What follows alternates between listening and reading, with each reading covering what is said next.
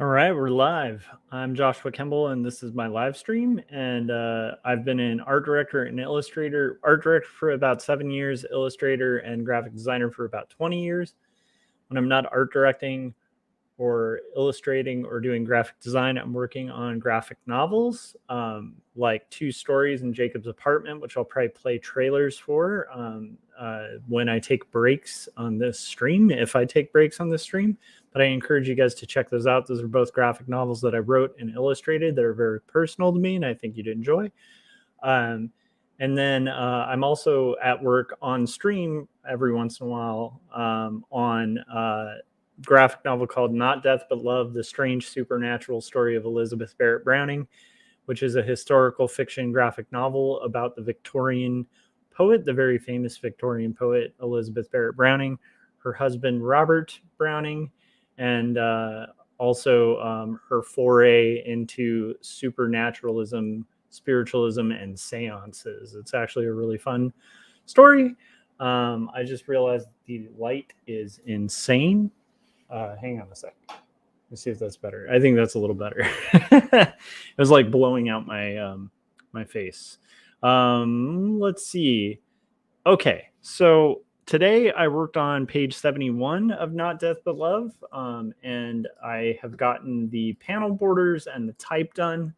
I got all my photo reference taken for it, so that means tomorrow I'll probably work on drawing that. But I have worked all day where I art direct and did a lot of really cool creative things. And now it is about 10:41 on Friday, and I'm going to play a game of Risk to cap off my night. And I thought I'd live stream it. So, for those of you who don't know, along with being a cartoonist, I like playing the game of Risk Global Domination. I have a secret goal. I guess it's not so secret since I've been live streaming it, to try to become a grand master at playing Risk. I enjoy the game, so we're going to go ahead and play a fixed classic game of Risk. And yeah, we'll see how it goes. There we go. Oh, and also I'm back to being a master, which is pretty cool. I had gotten rocked and suicided by like a beginner yesterday morning. And so that put me back to expert for a little bit. But this morning I played around and quickly got back to master. So we're back on the road, back on the path to grandmasterhood. So anyhow, what I'm going to do is find a game, walk through it, tell you guys what I am thinking as I am playing and how I am strategizing and stuff like that. If you're not a master player at Risk yet, it might be helpful. If you're already a master or a grandmaster, it might be amusing because you might see my misplays and be able to chuckle at them. But if you're under a master, maybe you can learn a thing or two. As I've picked up a few tips and skills, and I think I'm getting a little better at this game. So, all right. All that being said, we're going to get into the game. And again, it's like a late Friday night, so who knows who's going to show up, if anyone, to this stream. But we're going to rock and roll. So I'm going to find a fixed classic game, and we'll go from there. Let's see here. I preferably like a 6-person game, and I like playing the very traditional game, but it looks like none are open. So I'm going to give it one more shot to try to auto join one. And if a game does not appear, I might try starting one myself. This is looking good. AI difficulty expert, fixed, novice to grandmaster, balanced blitz. Let's do this. Oh, wait, never mind. There's 2 bots. I don't like playing against robots. This is easily the most boring part of the Risk streams, is like finding a game. But once a game is gotten, it can be pretty interesting. So here's one: expert, fixed, novice to grandmaster, balanced blitz, and it's 1 person. That's what I think I joined because I don't see robots there. So let's hope. So the stakes, just so you guys know, when you play Risk, I'm playing FFA World. It's like a free for all. It's a world ranked game. So you're ranked against all the players across the world who are playing Risk, and it can be really exciting and fun.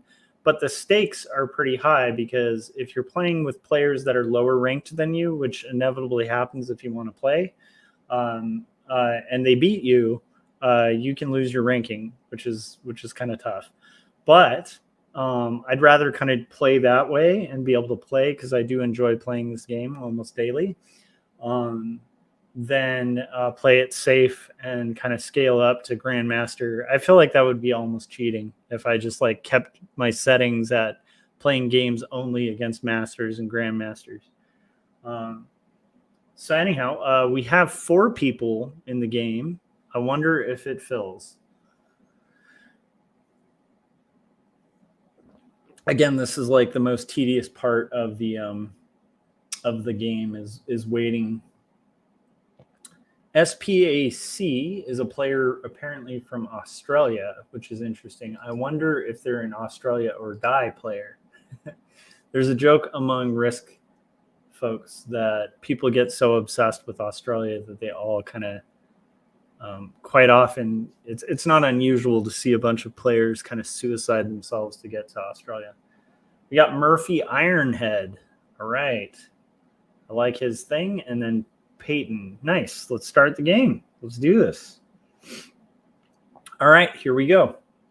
So I will walk you guys through what I see in the game, and yeah, hopefully we do okay.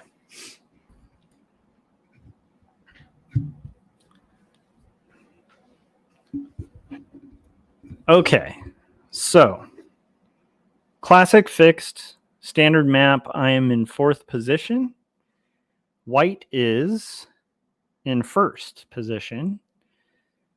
And I think if white is wise, they're going to start securing either South America or really start working on North America. Right now, I'm in a pretty solid position, depending how it goes, what pink does, and what blue does, and what white does. But I'm in pretty solid position to start eking my way to taking Africa, and I'm hoping white allows for that.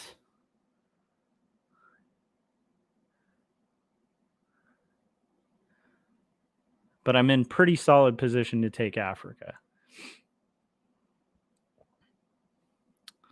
So white is going to go for, I think it looks like possibly South America.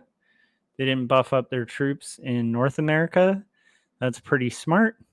They probably read that I am going to probably be taking Africa, and they read that very correctly.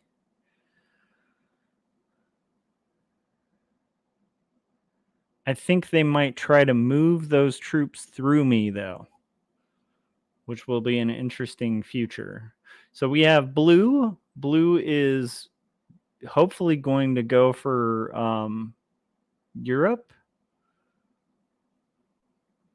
It looks like they might be making a play for Europe, but they're kind of playing it safe. They might also be passively trying to stand on the side just to like be able to possibly take Australia. Pink is a long shot here. I think that pink's best bet in reality is to either do the crazy attempt for Australia, yep, or North America. If I were pink, I would have gone North America. Maybe they use one of their exterior, yep, to collect a card. So pink's going to be going for Australia. Will purple contest that, or will purple secure? Well, we'll find out. My inclination is to bust through that 3, even though that's going to cost me a bit. So I'm going to bust through this 3 to help white out. White can go ahead and take that territory. Now, if white breaks my 2, then I don't think we're going to have a good neighbor situation. If they let my 2 be, then I think we'll be all right.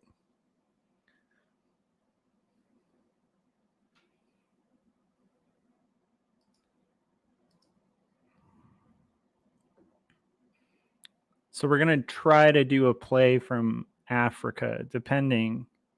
And again, hopefully purple doesn't contest Africa for some stupid reason. I could see them potentially doing that because they are kind of a little bit screwed by blue. But I think also they might go for Australia. Instead, they're leaving their 10 in a very uncomfortable space and leaving their options open. I don't like that.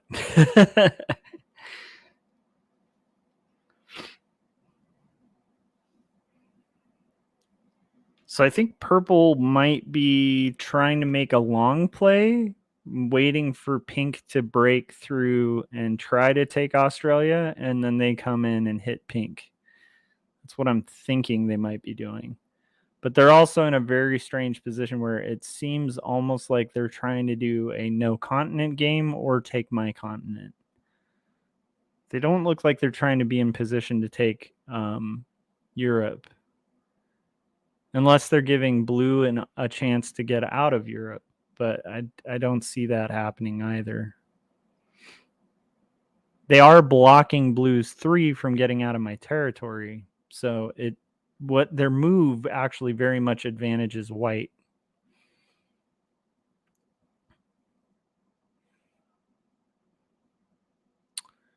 It looks like white is making the classic play of waiting till they have a card cash in to take South America. It's not a bad play. It's very safe. White also opened up purple, which advantages purple. So it feels like they're almost trading advantages because now purple can move their 12 to Australia. White is also trying to buffer their position in North America so that they can have exterior troops for when they take south. They may also have designs on doing something tricky. We'll just have to see. Currently, though, for me in my position, I'm not a fan of I'm not really a fan of that 12 right on my border. Nor am I a fan of let's use this 2, see if we can collect a card from that. Did that work? Hey, nice. Who just asked me for an alliance? White wants an alliance. We will 100% have an alliance, my dude. We're neighbors. But I don't know about purple. I think purple might have designs on my territory. Nope. Purple was doing the Australia play. No Australia, no win.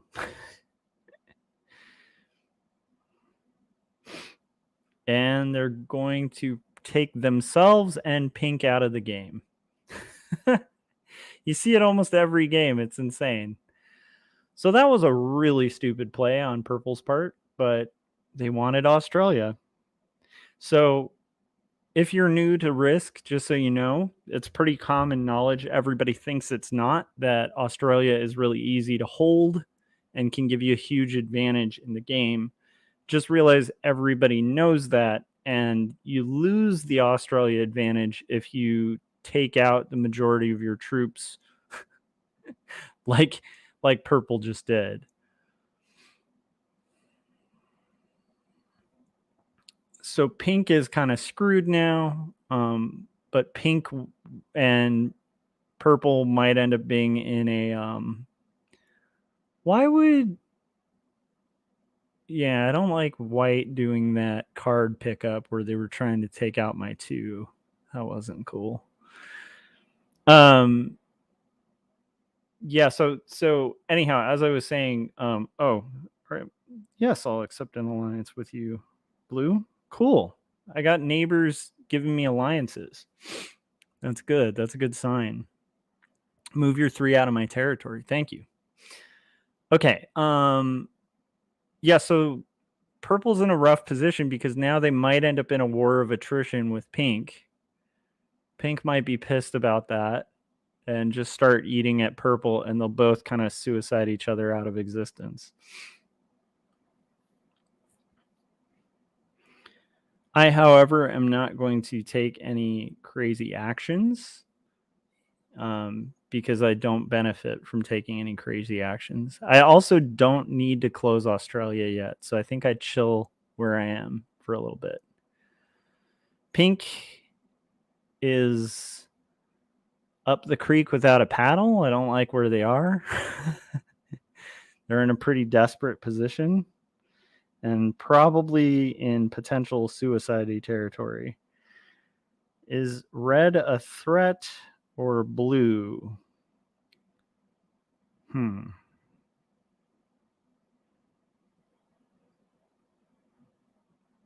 think what I'm going to do is... Okay, I'm going to make the classic play here. And I think I fortify here to let white know that we're cool. And hopefully white follows suit and doesn't pump into my 1. I do not have a card turn in on my next turn. That's a shame.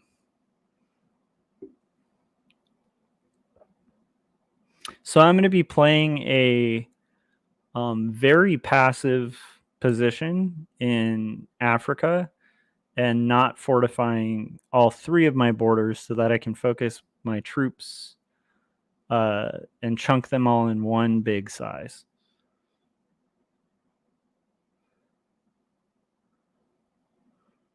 I'm going to try it from the right position in Africa, and we'll see. There is potential to get card block there, but it puts me in a position where I can quickly retaliate with quite effective power and force if I need to.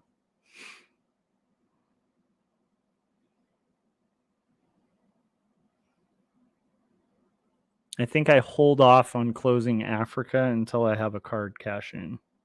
But I do think I need to get rid of red in that territory because red has 3 cards now.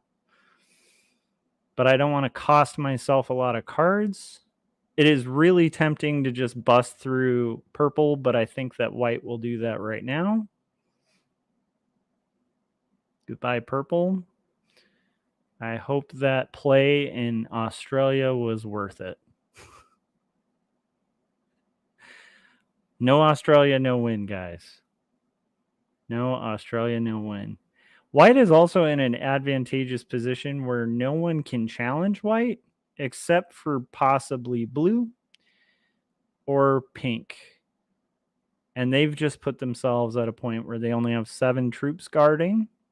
So we'll see if purple or pink take out those troops. And I'm glad to see I'm not going to challenge that unless white comes into my territory, which they just did, which I do not like. And they broke my 2. Not a fan, white. Very much not a fan. So white is apparently a no Australia, no win player as well. They just took a comfortable position and they put themselves in a position where they can be broken in 2 seconds by blue or by pink, who they just took the territory from. But I now don't have a neighbor in Africa, which is great. Hopefully pink takes Africa or South America. Pink take South America, or better yet, suicide yourself against white for taking your beloved Australia. Pink kills purple for their cards. That is beautiful. That was like poetic justice right there. I don't know what pink is doing other than that. Pink should, in theory, just take South America because South America is open, but they're going to be a pain in the ass and stay in North America. I am really loving all this hostility and contention because it keeps me safe. So I'm going to go ahead and close this. I'm going to go ahead and take my territory.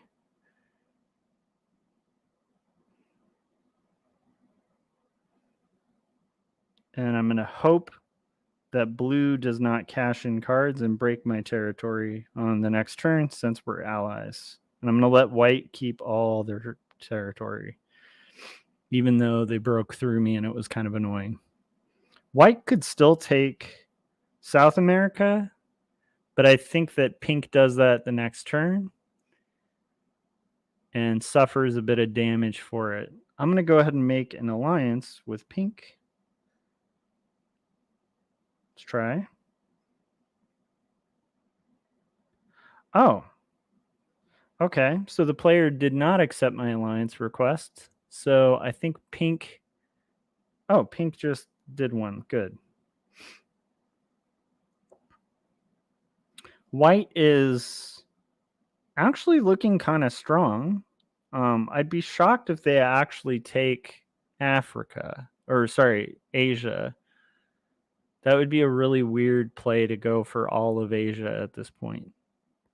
I think they're going to go for it, which is insane. No one's going to let you hold Asia, dude. Like, no one's going to let you hold Asia. Why are you wasting your troops? So white is not an experienced player. No one's going to let them hold Asia. My hope is blue needs to break Asia. You can't let a player just hold all of Asia. Sorry. Sorry, white. No one's going to let you do that, dude. I have a 10 cash in my next turn. So, depending on how blue decides to roll with this, I'm surprised they don't break white. I'm guessing maybe they have an alliance with white. And that is okay. Do they break me after hitting that 1? Hopefully not. Because then we're going to have some bad neighbor. Are we going to have bad neighbor? Doesn't look like it. So white needs to be broken. That's either going to happen by me. Pink should very much take South America. Pink is going to be really hostile to red. And hopefully not break my territory, but it looks like they're going super hostile on red. They might break my territory unless they move their 14 down. They keep their 14 on the border, though. And that makes me feel like I need to fortify my border. And maybe... Oh, good. They did break white. That's good. At least they broke white. So I need to let pink have that exterior position, but I also need to buffer my border against pink because pink is not moving their 14. And they now have a 3 directly above my head, which I don't particularly appreciate. So we'll have to kind of buff that up, which is kind of a bummer. So I'm just going to have my thing at a 14. I don't want to escalate, so hopefully they don't end up in a battle with me. And I'll buffer up my other side as well so that I'm protected against that 3. Hopefully pink sees that for what it is. I didn't take out their exterior position. Use your exterior troops, pink. Don't try to get fancy here. I see you're an aggressive player with how you were blocking red. Red's in a rough position because pink has a 13 right at the bottom, so red cannot solidify their territory. But red is going to continue slowly trying to take North America and not breaking white at all. So white has a big cash in with 7 cards. Currently, the lead at the table is me and red. But white will quickly overtake that if their presence... Oh, they're going to kill pink's exterior troop. Clever play. I don't like the hostility of that play. I'm going to have to break white. White really wants to hold Africa and thinks we'll let them do that. Hopefully blue breaks Africa. Blue should know this game well enough to know you can't have white cashing in like 17 troops on their turn. You just can't. And blue is in a better position than me to at least break white for 1 card, and they should. Thank you. You should probably break white again, but we can kind of chill and assume better. I'm going to let blue hold, but I don't like that 13 right above my head. I don't like these players that are making alliances with me and holding hostile positions to where they can break my territory. It's very uncool.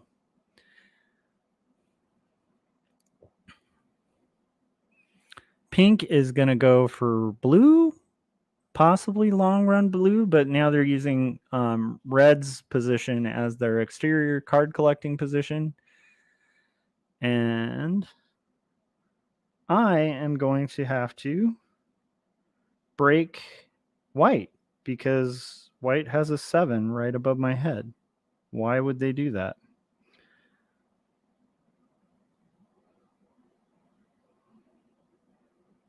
And then I have to buff up my troops just a little bit there.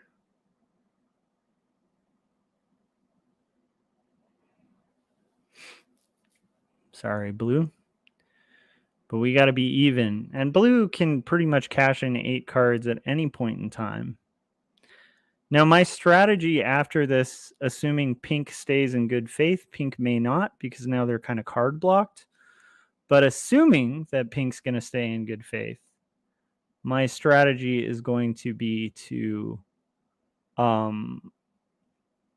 buff up my 13 and move my 14 so that pink knows we're cool. That also will allow pink to break through me without heavy cost.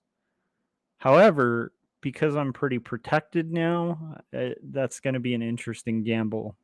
Now, if pink breaks the faith and kind of breaks through me because they're desperate for cards, because they're slightly card blocked, although they do, I think, probably have a turn in on the next turn, then we'll just kind of have to gauge it as it goes. White's play here is going to be really interesting.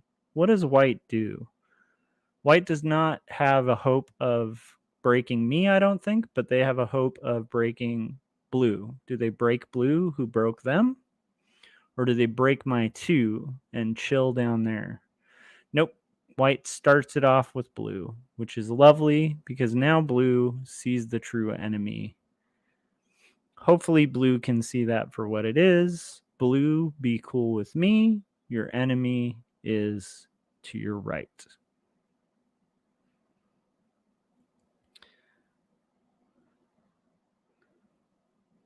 What does blue do about that? Does blue break me or do they break white like they should?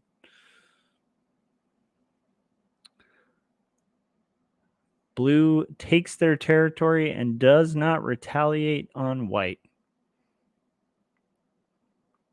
White is going to be collecting an absurd amount of cards because of the amount of territory that they're covering, and we need to kind of take care of that.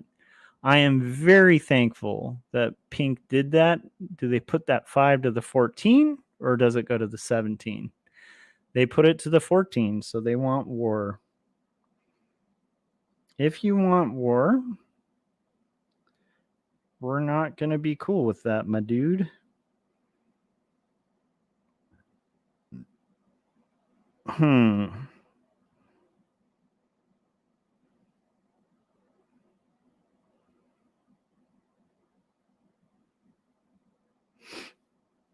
I think pink breaks my 20 on the next turn. There's no other reason that they would buff up that, and they're going to have 4 cards. So pink has designs on attacking me. I need to move my third. I didn't want to leave my 7 out because that would look like a hostile move to blue, and I want to stay cool with blue. But pink is definitely going to be going bad neighbor, like really soon. I think this next turn, I think pink has a card turn in and they go bad neighbor. What I would like to do is potentially invite them to go bad neighbor after, because I don't gain a lot by losing a 20 stack, and neither do they. But they just don't seem to be playing a very thoughtful game.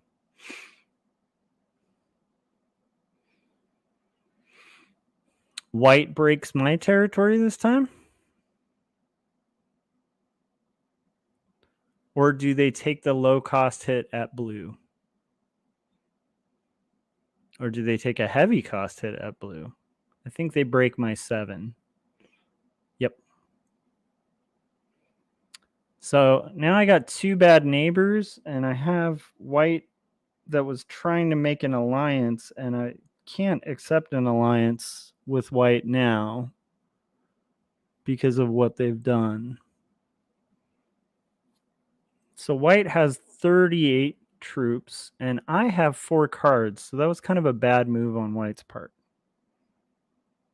Let's see what happens when pink decides to break my territory, which I think they will do on the next turn. Do I survive to tell the tale? I think that white is going to lose a lot of ground. If pink can stay cool, I think we have a good shot at this game. But I don't like that pink isn't staying cool. I think pink's going to hit my 20. It doesn't make a lot of sense to hit my 20 stack, but I think they're going to hit my 20 stack. Yep. And I'm out of the game. And pink gets 4 cards. Well, that was not the best game. I think I'll play one more just for the heck of it, because that was 30 minutes and I got rocked out of this game. Screwed by an ally. And yeah, I mean, that makes sense. They're beginner players. I'm definitely going to be back down to expert ranking. I'm going to take a break real quick, get some water, play one more round, and then we're going to call it a night. Thanks if you are watching this live. I hope this is entertaining for you. Thomas said you had a target on your back. 100%. All right, I will be right back. Here is Jacob's apartment, and we will play again in a little bit.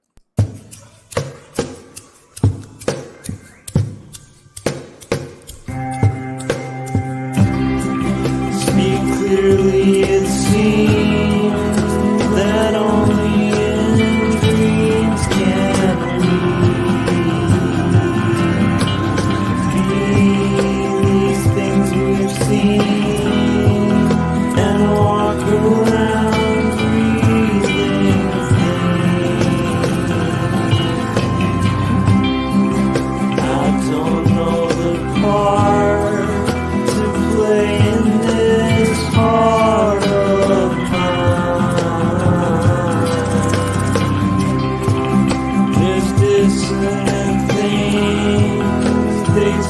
At the seams.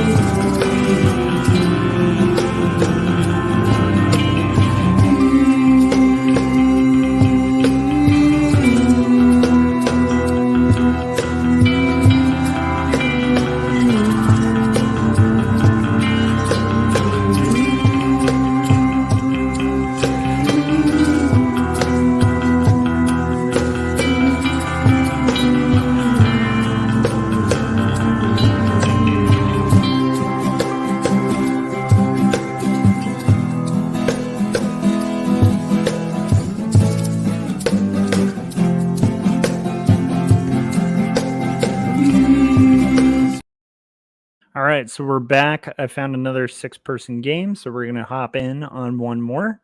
I will say I played South America wrong. I was thinking about it. Usually, when I play South America, I hold one spot and I don't defend. And if I'm gonna defend, I do it with the whole stack. That's what I should have done. I made the mistake of reserving that 7 when I should have fortified with my 13, and that would have prevented an attack. Or just let my border stay at a 1 and de-escalated and let them break my territory and kept my stack. That would have been the best play there. I will remember that in the future. Okay. I don't have a great position here. I don't have a bad position. I think my best play is to make an attempt for South America, which is not my favorite position to play, but I think that either South America or making a slow play for North are my two kind of options right now, depending on what blue does. Blue is going to go for my favorite territory. I know it's weird, but my favorite territory, the one I do best in, is actually blue's territory right now. And it's funny because it's a lot of people's least favorite territory, but I love that territory. Okay. We're going to take the idea away from red for taking this territory. So I think I do break this too. I was trying to break that, but it didn't work. So I'm going to just fortify my 5. I got my card. I shouldn't have broken that territory. Now it might be appealing for red. There is a chance red moves their 3 down to that 4 and starts trying to secure South America. Red might also make the Australia play that everyone loves so much.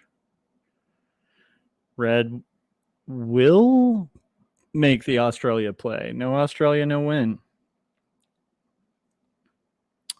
Even though orange can make the Australia play too, but orange, if they're wise, will probably just start consolidating Africa. We'll see. Yellow might make that an impossibility. I don't like my exterior troops. They don't seem very salvageable right now. So I need people to clear out a bit. I'm hoping that yellow doesn't have designs on Australia. But I guess that's a benefit if they start going at it.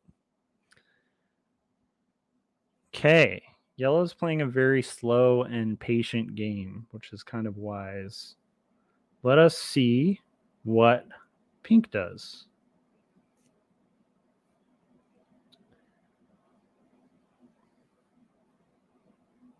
Pink is going to go for Australia. No Australia, no win. Again. Oh my gosh. This is the frustrating part of playing with newer players. No one can leave Australia alone. What I want to see now is orange. You need to vie for Australia. Please be a bad player and put your 6 down on that 4 in Australia. That will make this a game between me and blue. I don't think orange is a bad player. That's a good move. Start consolidating. However, they are kind of a bad player because, like, where are you consolidating against? You got that 9 right over your head.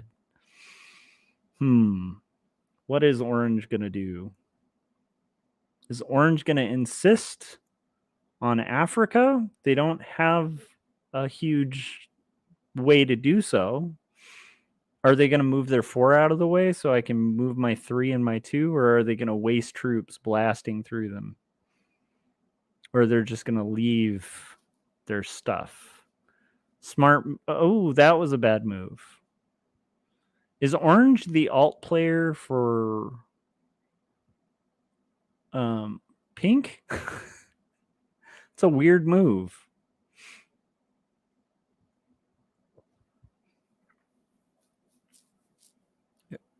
So they want to take Australia, but they want to do the slow play, but they also kind of want Africa. I don't think Orange knows what they want.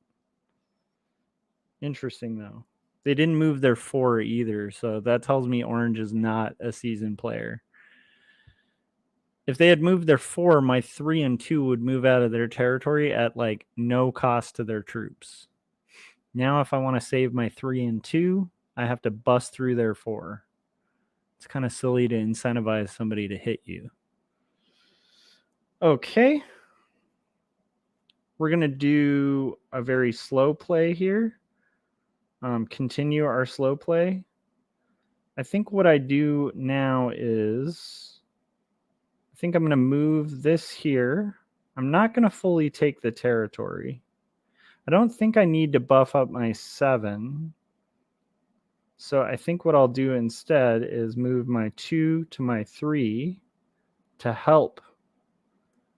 Oh, I want to move my 2 to my 3 to help help Orange. And hopefully they're a seasoned enough player to know, like, hey, I need to move my 4 into South America. They may not be. But I have the wild card, which is great. So that means regardless, whatever I get next turn, I'm going to be able to cash in. Hopefully it's not just, a standard infantry card. If I get another infantry card, that's going to be lame. So red is using the card collect and still insisting on Australia because no Australia, no win. You can see where this is going. Pink is insisting on Australia. Red is insisting on Australia. Yellow is insisting on Africa. Orange is insisting on Africa. We're in a really weird territory. There is a chance that Orange moves into South America, insist on that, and then fortifies with their 7. But then I would be forced, I guess, into a no continent game or forced to go for North America, which right now no one's contesting for North America. The only person in somewhat position for play there is red, and they're not in a very strong position. Blue is totally in the position where if they want to on the next turn, they could break me pretty hard. They would lose the game probably, but with these newer players, you never know. Does the 10 go full kamikaze and hit that 7?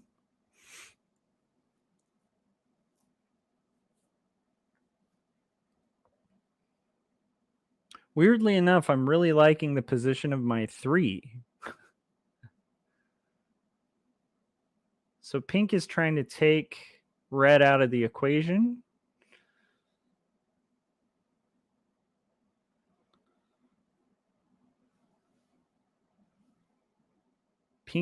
Did pink get a card? Pink got a card. Okay. Pink's in a bad spot, though, because red is going to have a card cash in before them. Red, if they're smart, will just get the hell out of Australia. Let pink have it. But again, people get really crazy stupid about Australia. The table lead right now is orange. The next person with the most cards would be me.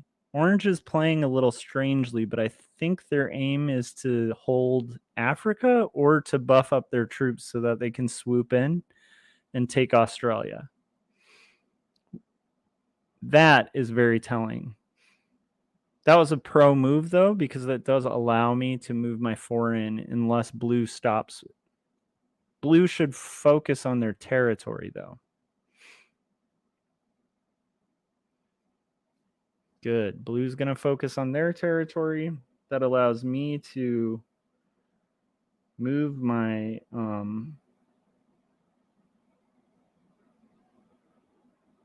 4 into the territory. Now we'll see if orange stays in good faith. I'm not going to take the territory till I have a card cash in. I might regret that because blue might just break through me like nobody's business. Red is still insisting on Australia. This is good news. Does pink hit red next turn? Pink and red are going to lose this game over a war of attrition. That's what happens. Will yellow decide, oh no, I can't hold this. I'm going to take South America. They're thinking about it.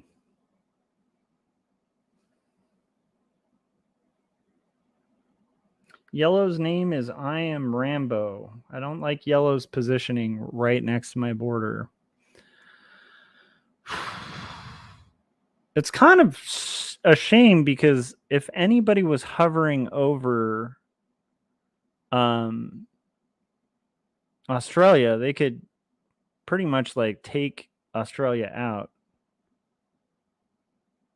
Especially if that 11 hits that 10. Oh, you want to hit it, Pink. You know you do.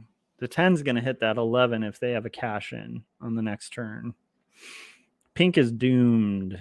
Doomed. And I think that blue will get the cards. Or maybe orange. I don't know what orange does right now because yellow is very much obfuscating and stopping orange from closing their territory. Maybe orange makes that solid play. It might not be a bad idea for orange to just kind of like move their 5 to the right and just kind of make the slow play to wait for Australia. Even though I tend to think the no Australia, no win thing is like not the best, that would put them in position to take that territory when 11 and 10 inevitably have their war of attrition spill over and kill both of them. I would probably buff up my 3 to do exactly that, to take the territory if red doesn't move out, which it doesn't look like they're going to do. But I am threatened by that 14. And so that 14 is going to keep me in line and keep me from doing that break. It would be fun, though. So now is where I take... I'm going to go ahead and take South America. And I think I will move my 7 down. I don't want to be a threat to anyone. Yellow, if they have a cash in, is in position to break my territory and take me out. But I do like the position of my 5. I just don't have cards to do anything with it. But it is very possible after this that I could take Australia with a 5. Depending on what yellow does. If I'm yellow, though, and I have a cash in, I'm taking Australia. Why wouldn't you? Australia's kind of for the taking. Does yellow break me for no reason whatsoever, for no benefit, or do they keep insisting on Africa? I think yellow needs to change their game plan and take Australia. That's what I would do. Change your game plan, yellow. Don't be stubborn in this game. They're going to be stubborn, and I think they're going to break my territory, or they're going to insist they're going to break my territory. No, they leave. Never mind, they don't. They want a card cash in for when they take my territory. Oh, I don't like yellow there. Well, honestly, if you're orange, the better play would be go take Australia now. They should. It's insane anyone's leaving them with Australia. Pink is an edible looking set of cards there.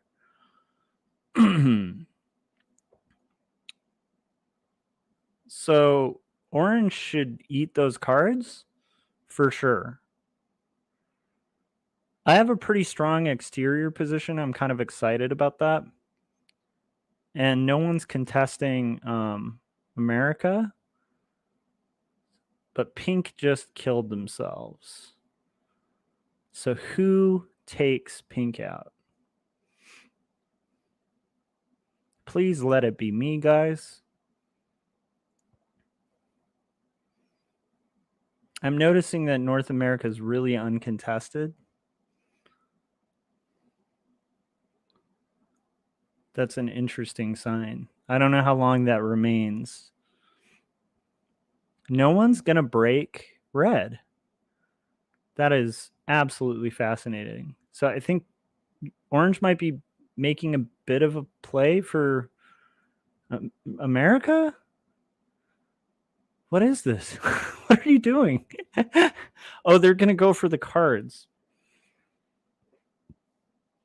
Oh, they're going to go for the cards. They may not make it. Oh, go for it. I don't think they can make it. They're going to run out of time. Oh, yeah, there's no way. Don't bust my 5. That would be so dumb. They're going to bust my 5. Maybe not. Okay, maybe they get the cards. Don't get the card. Oh, okay, cool. Orange is going to get the cards. Well played. Oh, they're not. They just gave the cards. They kind of gave the game to blue. If blue's not insane.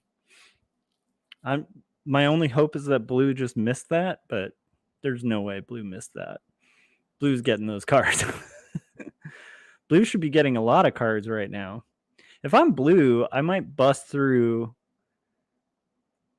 get that pink one, right? Cash in. Then maybe take out orange, cash in. You could take the game. Maybe they're cool with just the one, though. Well, my little friend Yellow ended up getting their area, their territory, but I think that I think this is where blue is going to dominate. Blue breaks my exterior position, and they take Australia.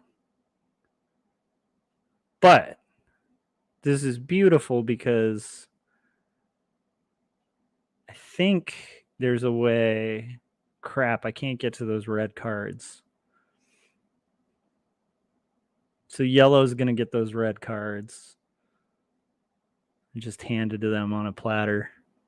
Oh, that bums me out. I want those red cards so bad. Okay. Well, right now what I'm going to do is I'm going to start making a play for the slow takeover of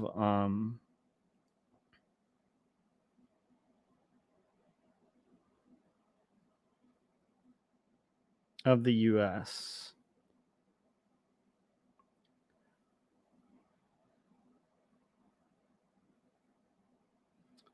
Do I want to be hostile with yellow? I think I kind of have to be, but they might have a card turn in and just bust through my 22. They're going to have a card turn in and bust through my 22. Red survives. Red survives. I think red goes, okay, I'll take wow, they barely survived. They're probably still going to die, though, if yellow knows what's best for them. Yellow could win this game. If they have a card turn in, they eat all of first they take Africa. They could take all of Africa, take all of orange. They're going to have trouble taking orange, though, because they have to hit that 3.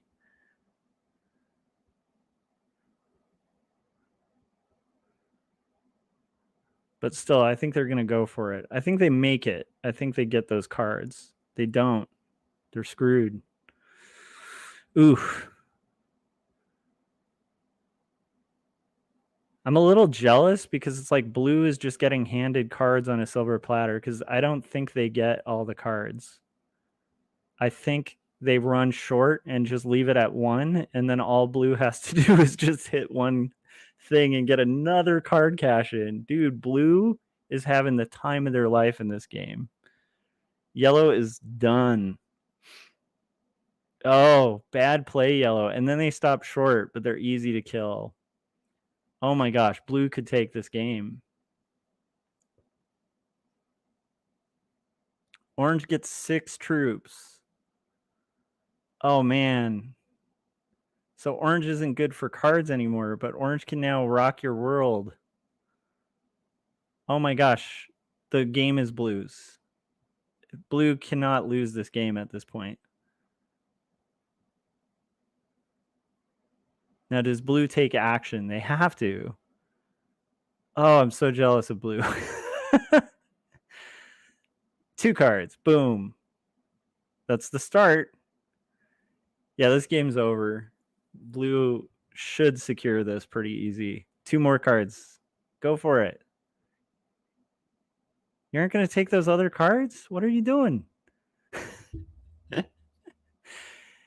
Blue's so slow. It's like kind of annoying me. I'm like, they're going to take America now too. Potentially, but what they should do is take yellow. I don't know if they can cash in though. They only get 2 cards. That's good.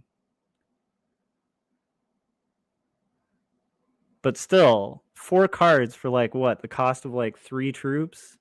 What is with those idiot players? They just handed the game to them. Do they take yellow? They should take yellow. They're going to break my territory, of course. Just because why wouldn't they? But what they need to do is take yellow out entirely. But they can't, which I kind of love. So I still have a shot at the game. I have a really good shot at the game. Okay, this is where it's going to get fun. All right, let's do this. I'm going to go ahead and take yellow.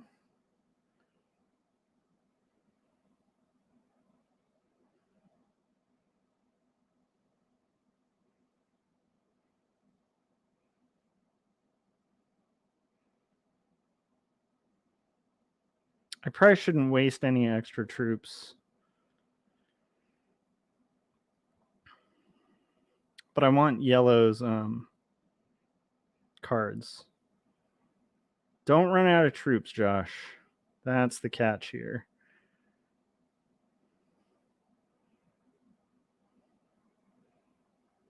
Oh, I might. Darn it. No. No. I was so close. I was so close, and I'm done. Yeah, I know.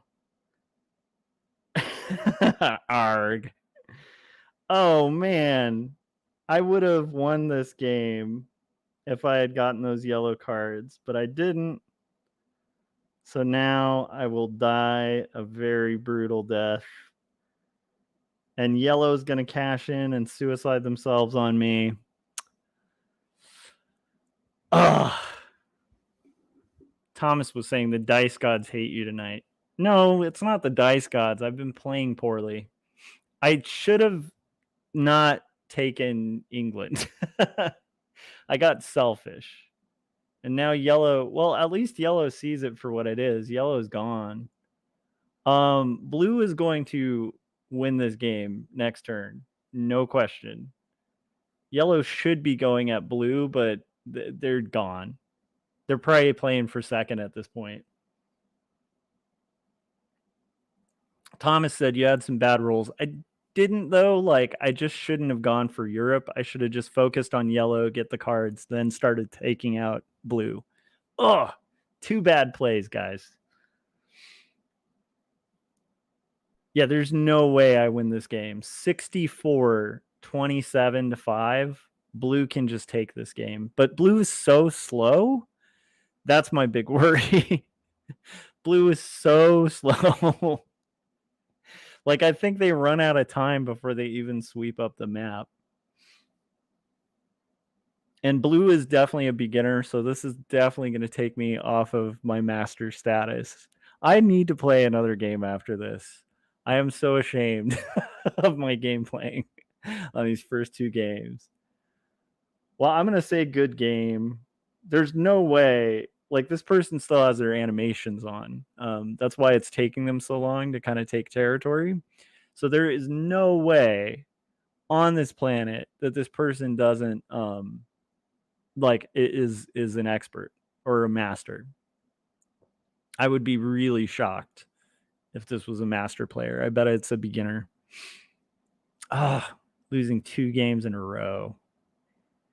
You guys, 3 times is a charm.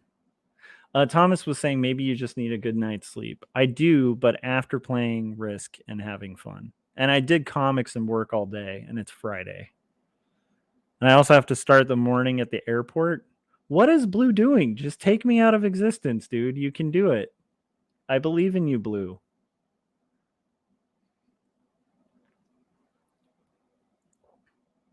Very good game, though. Very, very good game.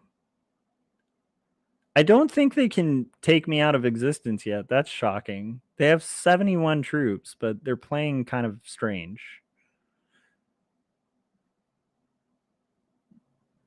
I mean, there's still no way in hell I win this game. There's no possible way to win this game. I will continue because I don't tend to surrender in these sessions, but yeah, Blue has pretty much secured the game. Where are they going to move their 21? Are they going to protect Australia? Oh, very smart. That was a good move. You should move your 21 there. Yeah, that's not a bad play. Problem is, I'm going to move like a pain in the butt and kind of avoid all your power here. So let's get in here and start chewing at stuff. I'm going to take this territory real quick. Oh, come on.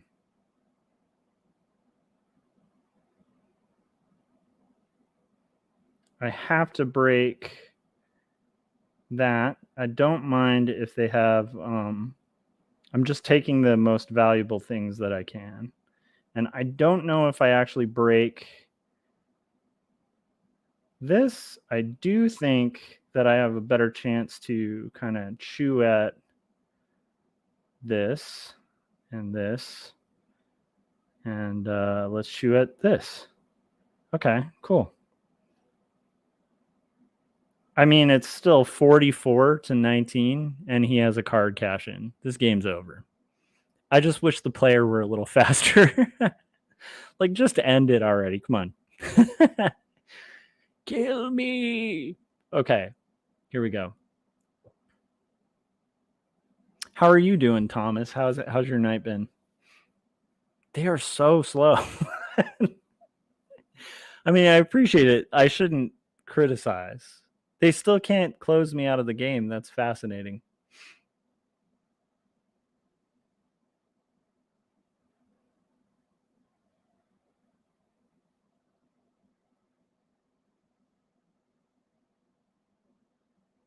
I mean, I'm done. I'm definitely done for in this game. 63-11. There is no way to win. I will continue to be a pain in the butt. They have a card turn in on their next turn for sure. This is not a seasoned player, and they're moving to Australia. Why would they move to Australia? Like, I can't break their position in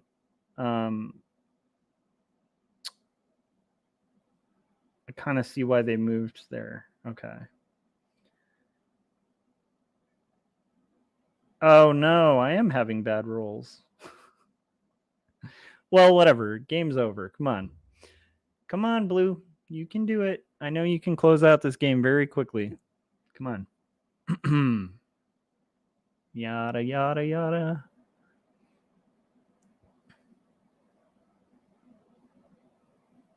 Oh my gosh. So, just a tip if you guys are new to playing Risk, if you don't want to take like 10 years each move like you're seeing Blue, turn off your animations on the game.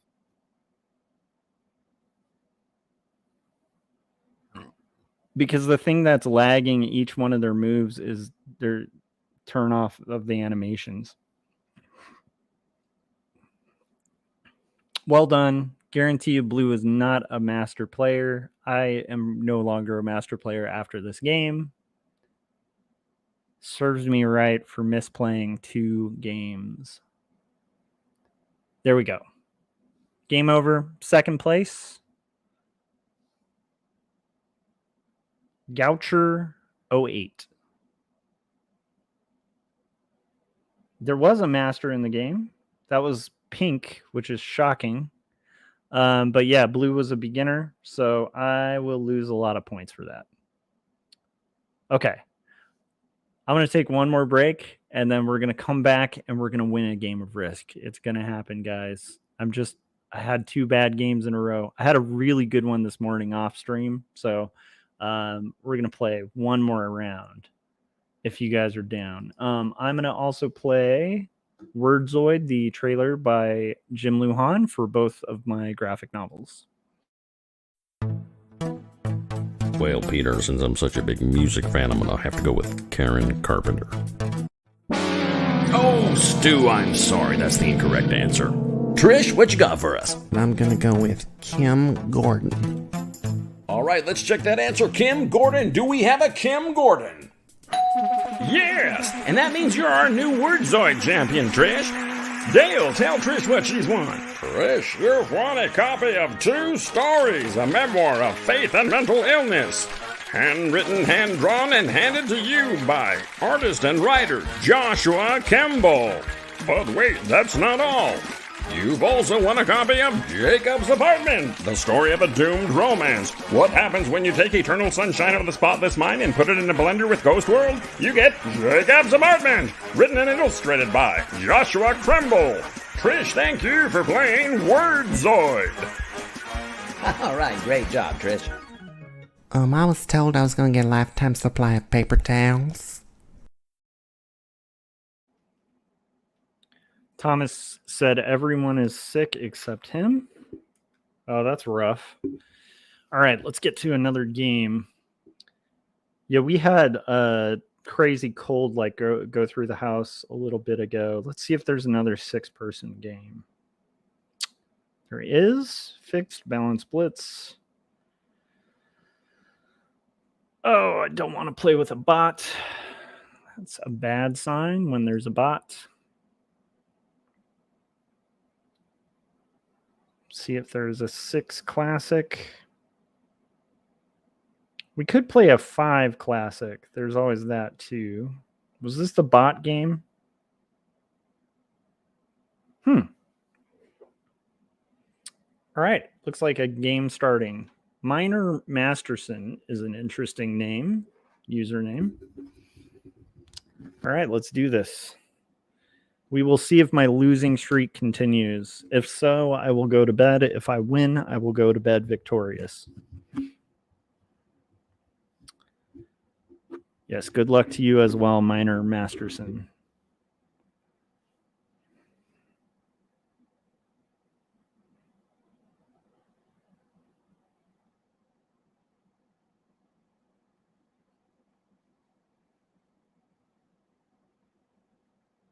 I have these many memes.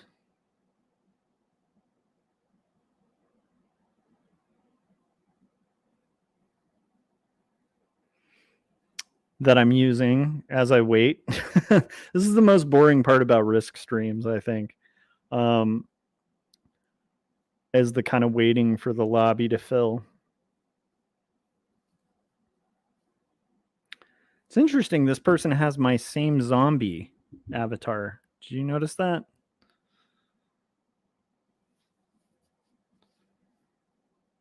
Woody Harper. Interesting. Who else will join the game?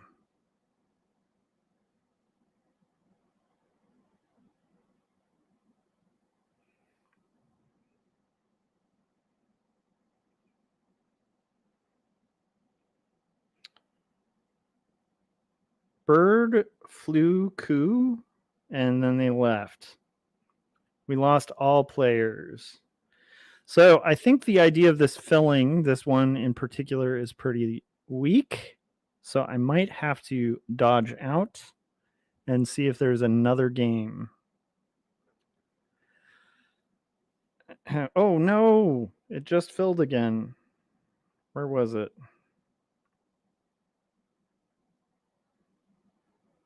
think it was this one. I don't like the expert bots, so I'm leaving that. Let's see.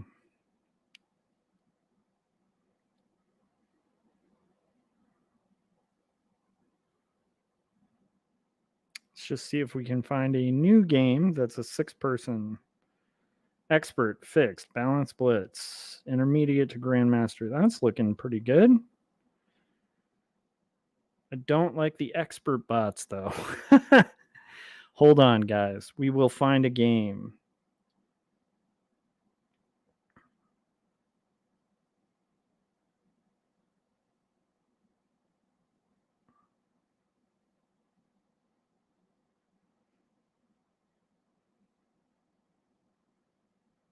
There has to be a game here. There we go. That's looking pretty good. Is there a bot? There is a bot. There's 2 bots. I don't like the 2 bots. Nope. Not gonna confirm this.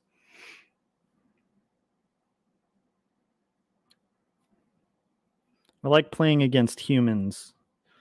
And the bots aren't impossible to play against. It's just I like playing against humans. Yeah. So let's see.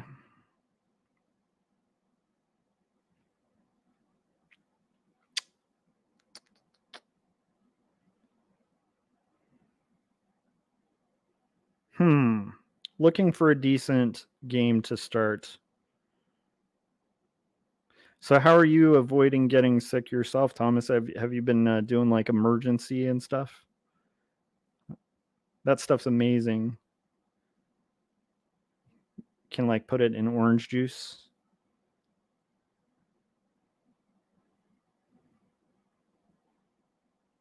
I don't like the bot. Maybe I just need to start a game. If I'm going to have to wait, I should just start a game. So let's create a game. We'll make it new. Make the modifiers to where it's everybody. Inactivity is neutral, which is great. That means the bots won't get all crazy. Let's see if we get any action from that.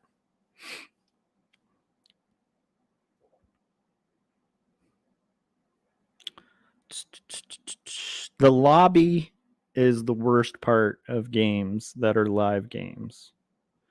Yeah, I have no bites. Okay. Let's try this again. One last time. Maybe we just pick a room and stick with it.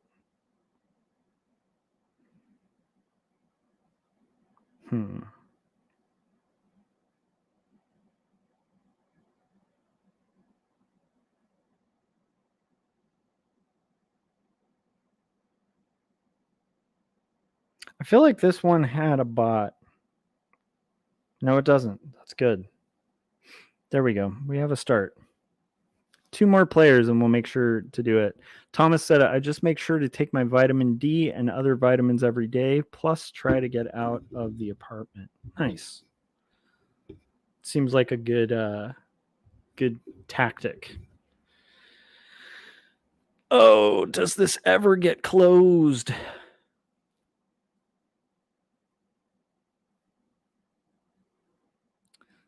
This kind of feels like an alt game. And I kind of recognize that general bat. I think I'm getting out of this one. Arg. We'll find a good game in a second, guys.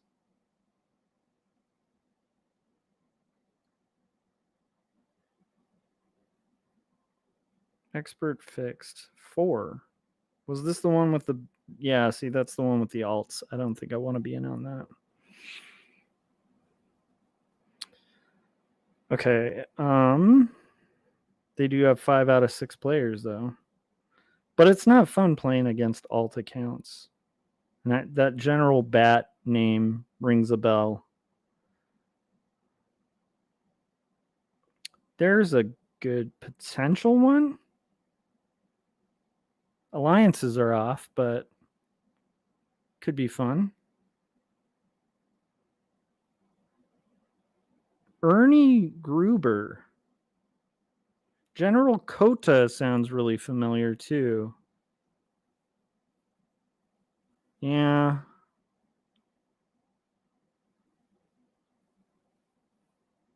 This might be alts as well, but let's just try it.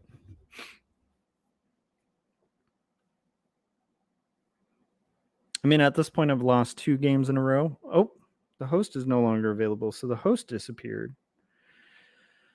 Man, just not having luck finding a game, you guys. Let's see. I'd say if you guys are watching this after the fact.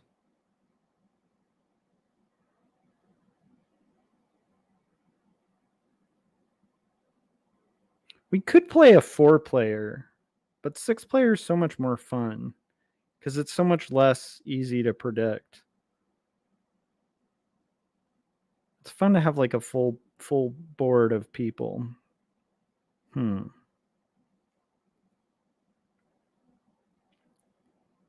Everything's filled up. Experts.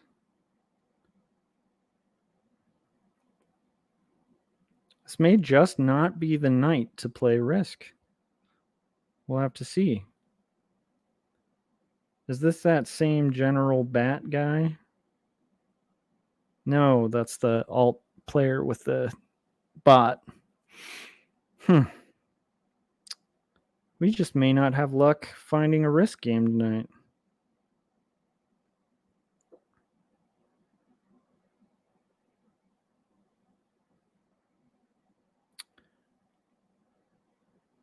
I'm almost thinking while I'm waiting, this is intermediate to Grandmaster, though. That is a good sign.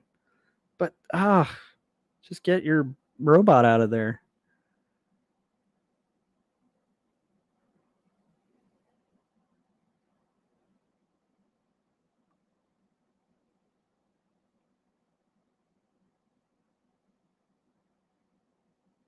You know what? We'll play with the robot.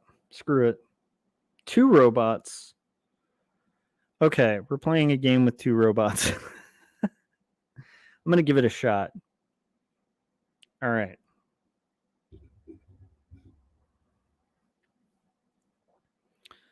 So I feel like with the bots, it's usually better to wait. The other general didn't confirm. So now it's 3 robots versus 3 people. Oh, this is going to be boring. I think I lose this game because I'm last and it's the crazy card-eating robots. So this is definitely not my night for Risk.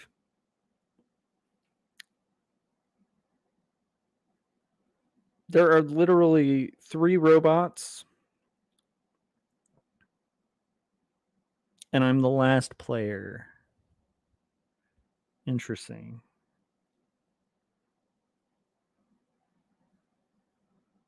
Black is at 16 troops at this point. But the robots aren't crazy impossible. I'm at 16 troops now. Yeah, these robots are insane to play. Again, if you're playing with robots, that's one thing. And it's not too hard. But when you're playing against real players and robots, it's a whole different mess.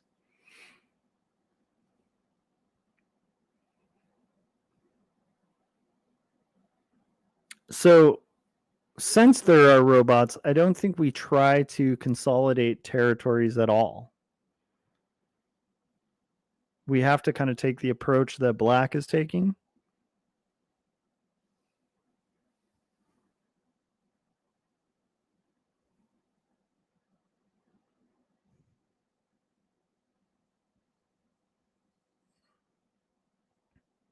And Pink is going after...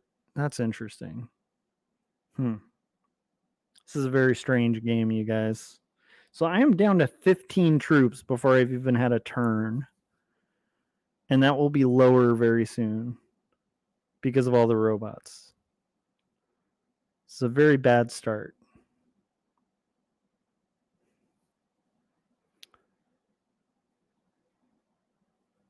Which will make me a very big target. Because now I'm at 13 troops.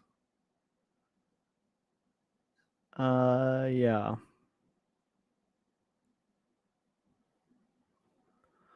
Welcome to Risk. Okay, where are the real players? That's who I need to avoid.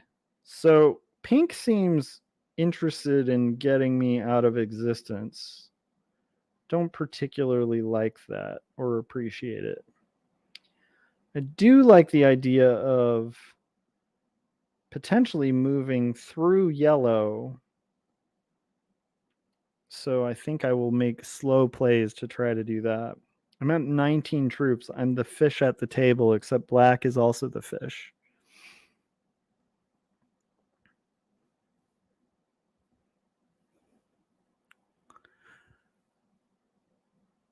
And with robot players, it's almost not even worth reading what their intention is because they're like card eating robots. They just take. They don't really hold territory very well.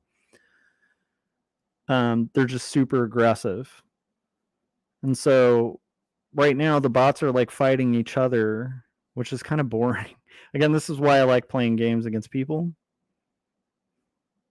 Because it's like the bots are almost going to cancel each other out.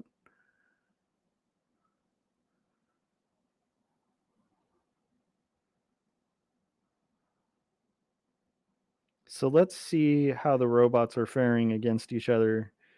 Each robot has 20. Black is going to try to consolidate, I think, Europe. I think.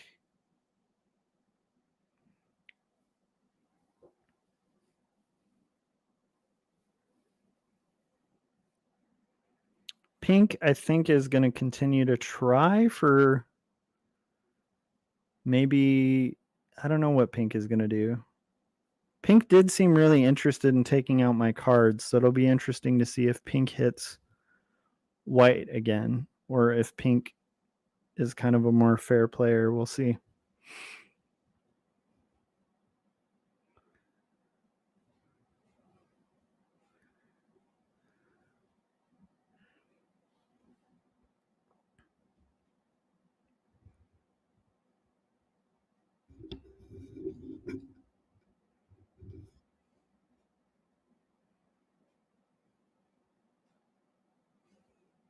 Pink tries to hit black? Huh. Just to get a card? I guess that was their best play for a card. They have to kind of hit my one. It's weird they keep choosing mine, but I guess that makes sense.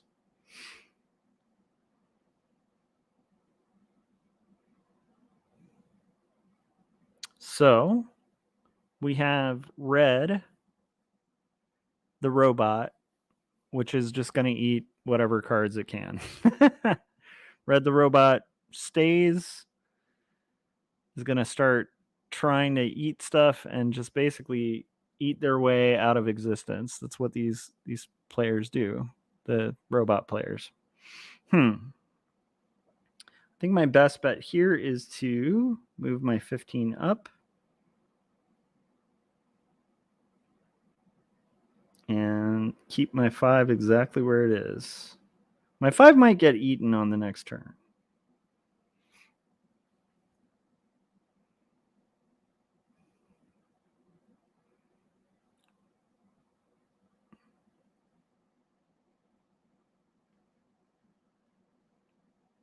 Again, the robots are just like these kind of mindless eating zombies, so they're just going to eat whatever cards they can.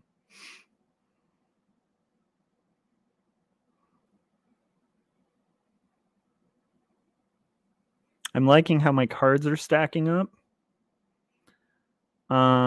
Currently, pink is in the lead.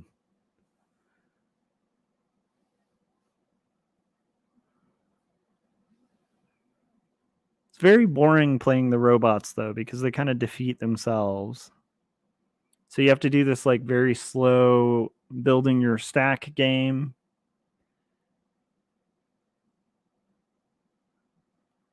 Do they hit pink? That'd be interesting. So black is trying to take Europe. That makes me happy. My best bet might be to I got to think about it. But I'm kind of thinking maybe let the robot take South America. South America is not really a strong play, and it's not going to be easy to hold.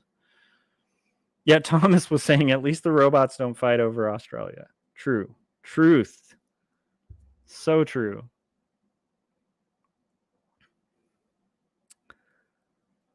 I wonder if my exterior 5 stays or if the red robot takes my exterior 5.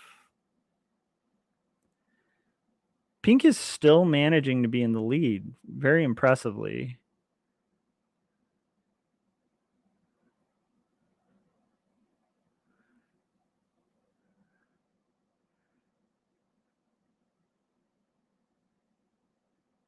There's a lot of cards that are going to get eaten very quickly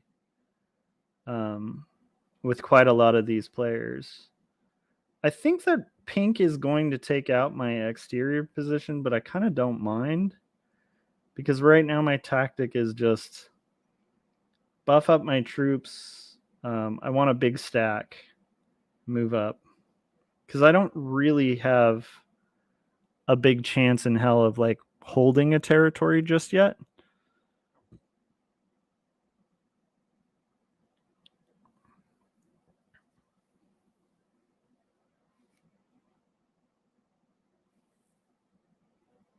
So I think I might even give the robot the territory because that puts pressure on yellow.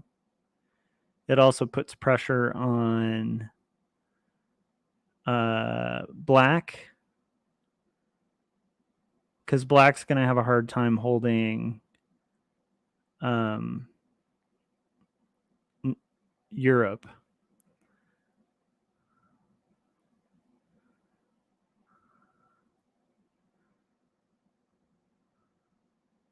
So I think rather than fight it, I think I'll kind of work with it.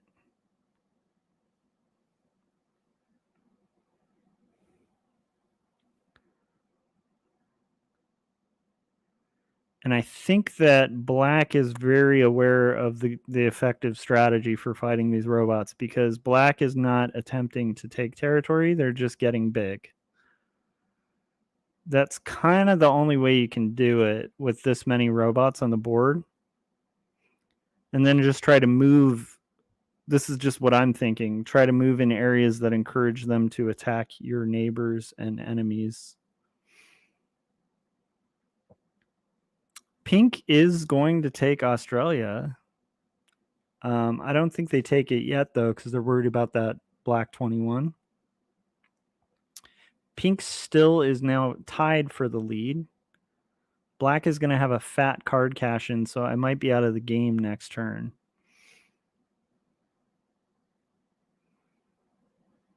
I'm liking red's 10 there.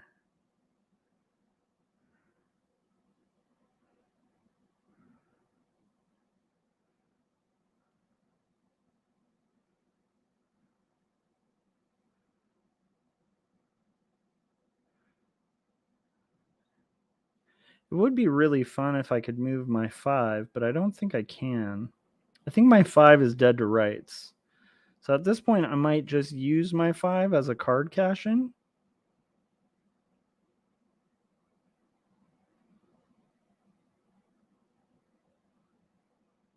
And of course, I got a bad roll.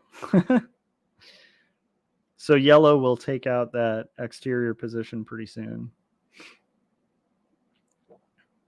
Good. I have a card cash-in coming up, though. So that's a good sign. I think I'm going to give orange the territory. I think I'll move up to North America. That's my best play.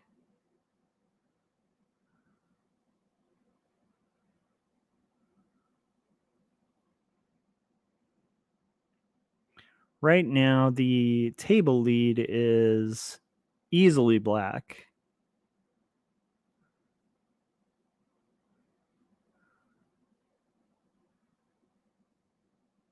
Yellow is going to be out of the game. Most of the robots are going to be out of the game pretty soon. It's just a question of who's going to be in position to eat all their cards. Orange for the robots is probably the strongest looking person. And I don't want to be near that 12 when the card eating robot cashes in. Is this where black takes me out of the game?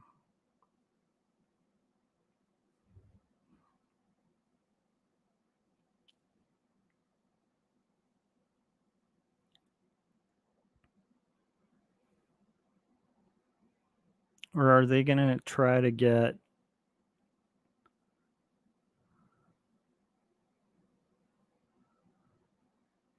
Black's putting themselves in position to take me very much out of the game. But also to take yellow out. And yellow doesn't have a turn in the next turn. Pink will take Australia right now, potentially. They just have to be really cautious about black. I'm extremely glad I have a card turn in this next turn. I still might die in the game, but I will move my exterior position. And I like that I have that big orange 12 in front of me. It's not ideal because it's a threat to me, but it's also kind of protecting my little stack here. Black is at 36 troops. That's a pretty good advantage.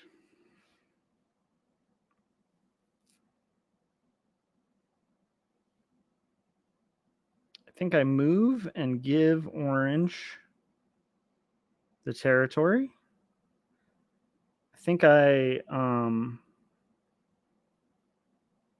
want to weaken...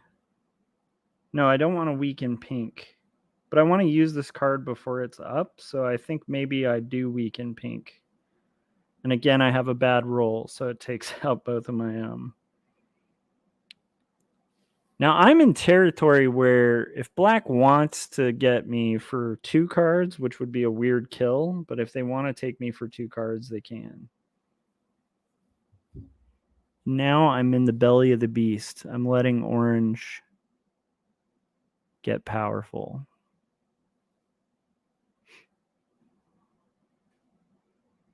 There's a reason I want orange to be powerful.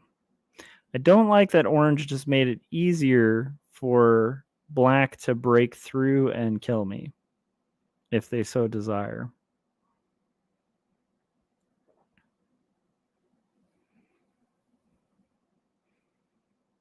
Does yellow break orange? No.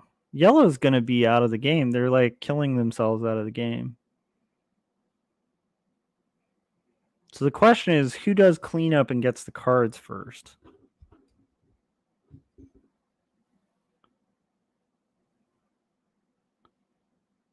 They are going for white areas and getting closer to kill a territory. So they're waiting for a card cash-in.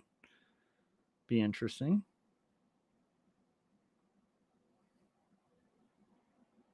Pink has 33. I have 27. Of the living players, I'm in the worst position.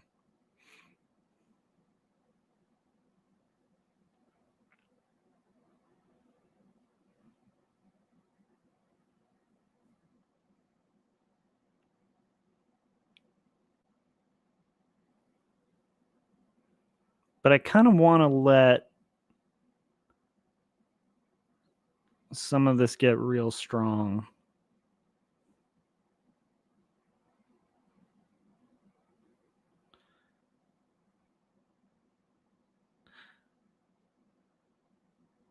So I am curious. Like, black's in pretty good kill position if they want to.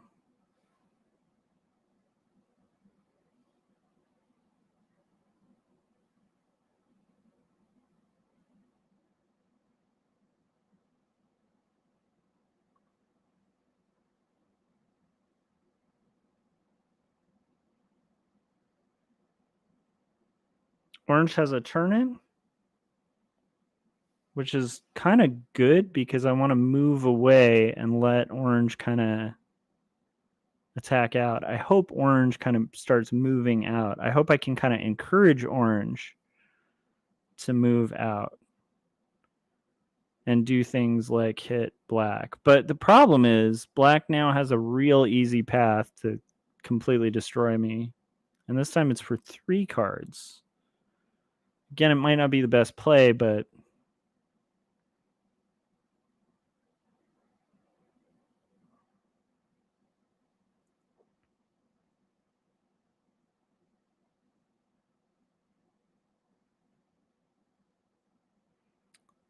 generally in this game, I don't like playing against robots. It's just kind of boring. The living players in this game are going to keep it interesting, though. But this has way more bots than I like playing against. Nobody's broken red. That's interesting. Does black break red? It's a huge card turn and you're letting red have. If not, black is going to let red collect. Similar tactic. They're also continually moving themselves in a really convenient kill position for me, which I don't like. I'm the smallest player at the board at this point.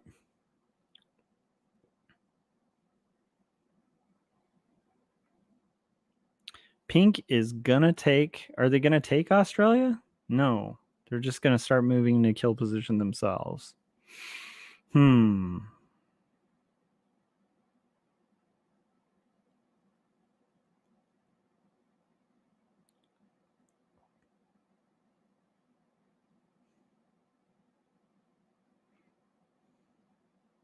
So my goal, should I be able to survive it, although black has a 4-card turn in next turn, so I have a suspicion I may not survive this game.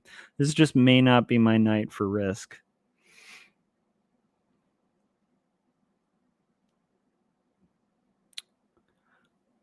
My suspicion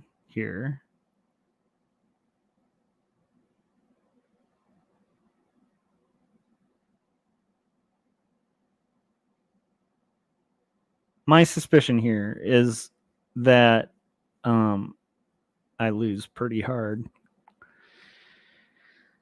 But then again, that may not happen. I'm not going to break red.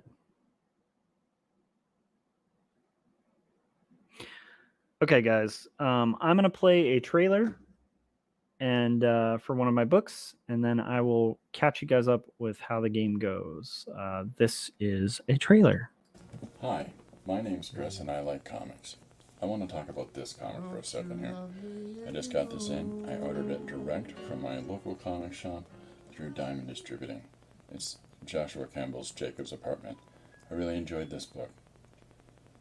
There's all kinds of comics out there, let's be honest. There's fun comics, there's superhero comics, there's young adult comics, there's adventure comics for kids.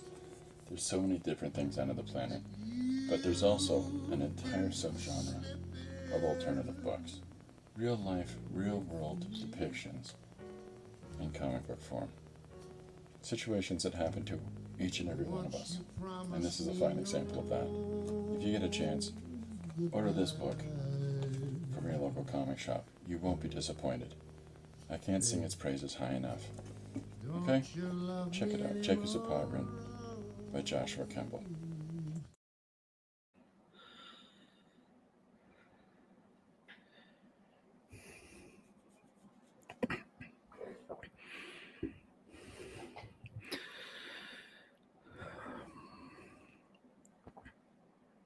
So Orange is actually in a position where they can comfortably hold Australia. Very well played by Orange. Orange is in position to take the lead in this game. Sketchy Returns just came in. How's it going, Sketchy? I'm just playing my 3rd round of Risk after playing 4 really bad games. And usually I don't play games with a lot of robots, but they added 3 robots to this game, so it's relatively less interesting. but there's just a different tactic you kind of take with it.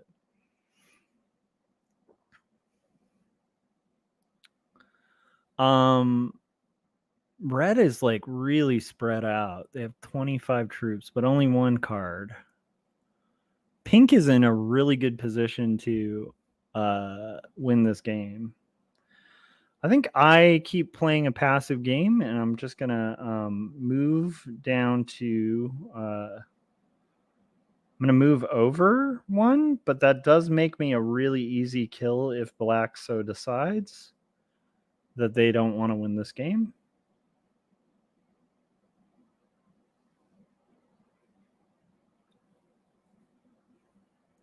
It's a very slow, patient play with these robots.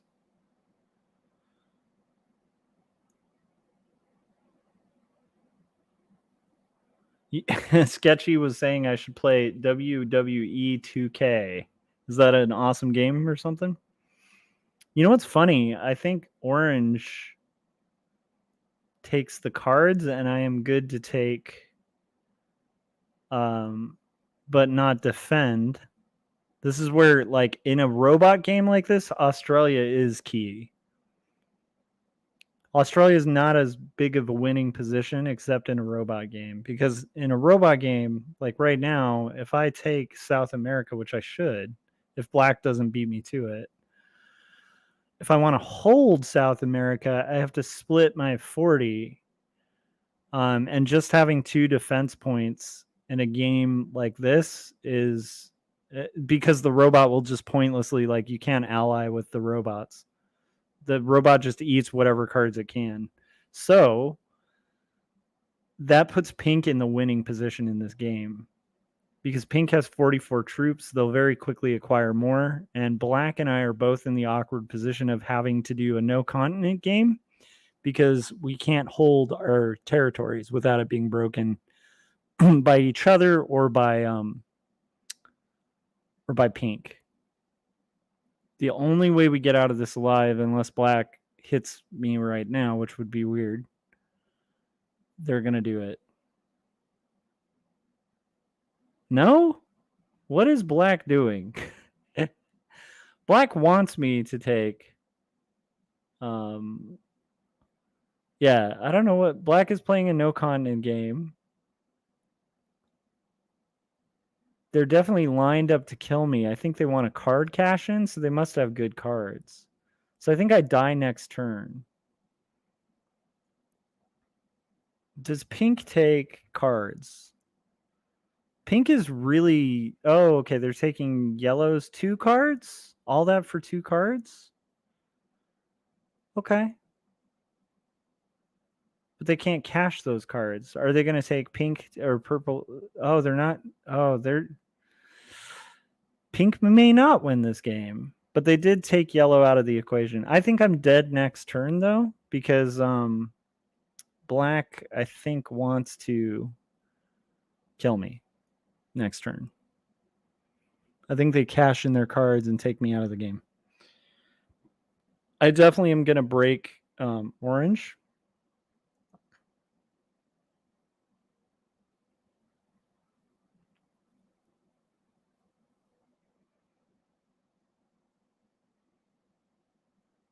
I think that's my best move.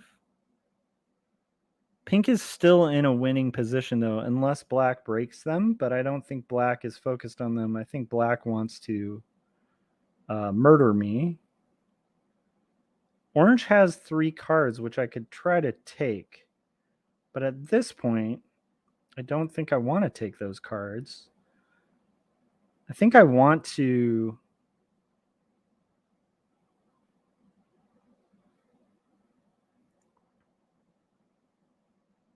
I think I want to hold here. Orange will cash in troops. I could have taken south, but it's just too risky with black waiting in the wings to take me out of the game. And I don't have a good card cash in coming up, which is kind of a shame. Orange will eat everything that is available in America at this point. I think that pink will clear and take cards from... I don't know. We'll see what black does. It's an interesting game so far. The lead right now is black. The second place is me. I might be dead this next turn. That'd be a really weird play for black to do, because again, we both lose at that point.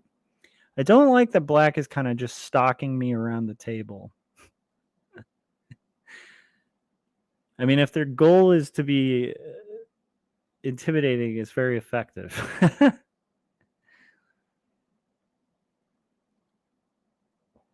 And meanwhile, pink is just going unchallenged. Pink is going to win this game. There's no doubt. Is pink going to gobble up all of red's cards now? Maybe each turn they're just going to collect cards. It'd be fun to get the cards of orange.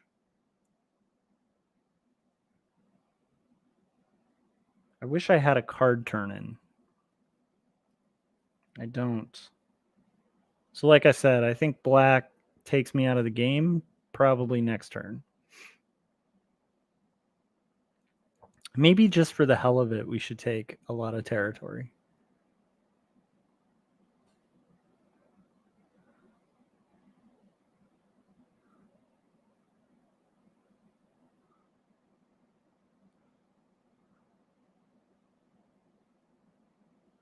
Sketchy said, I'm trying to understand the game of Risk. It's pretty basic. It's like you take territories, you get a card, you know?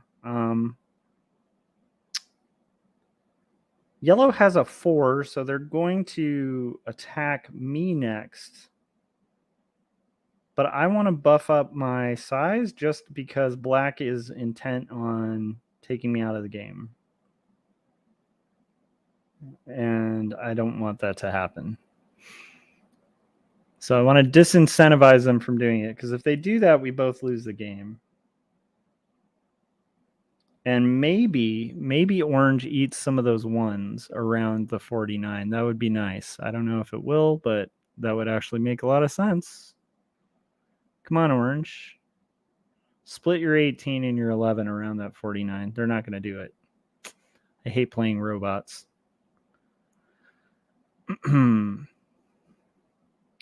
Does black take me out of the game this turn? They can.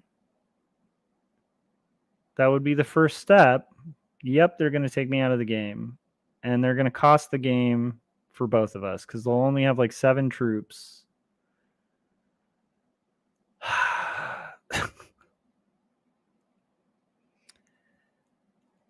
Oh, that's so annoying.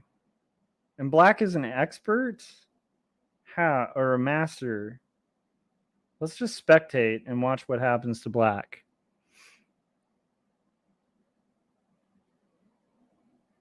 Like, how could black... I don't see black winning this.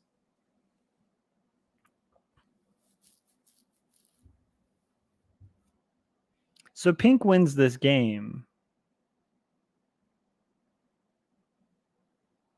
I don't think black has a chance because of that move. Yeah, Thomas was saying everyone was hating on you tonight. Yes, I cannot play a game. And that move didn't make any sense because, again, that's a losing move. Like, pink has... All pink has to do is just hold the territory. You're going to slowly try to take... black's going to slowly try to take... I guess black's in pretty good... Actually, now that I look at it, black's not in terrible position. But I kind of saw that coming. Black might win that game. They are a master player. All right. Okay, guys, I'm going to take one more break. And you know what? I might try to play one more game because I can't believe I've lost 3 in a row. It's been pretty rough. So I feel like I need to somehow make up for that. So what we'll do is we'll go ahead and put on a break again, and then we will be right back. But holy crap, I am not having a good night of Risk. All right, here we go. Here is Jacob's apartment trailer.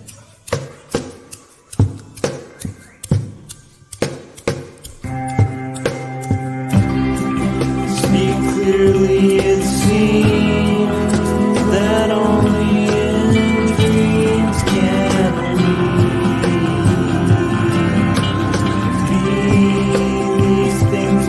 scene and walk around breathing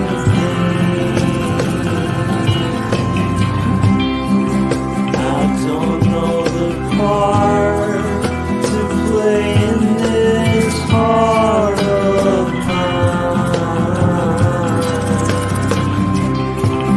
There's dissonant things, they split at the seams.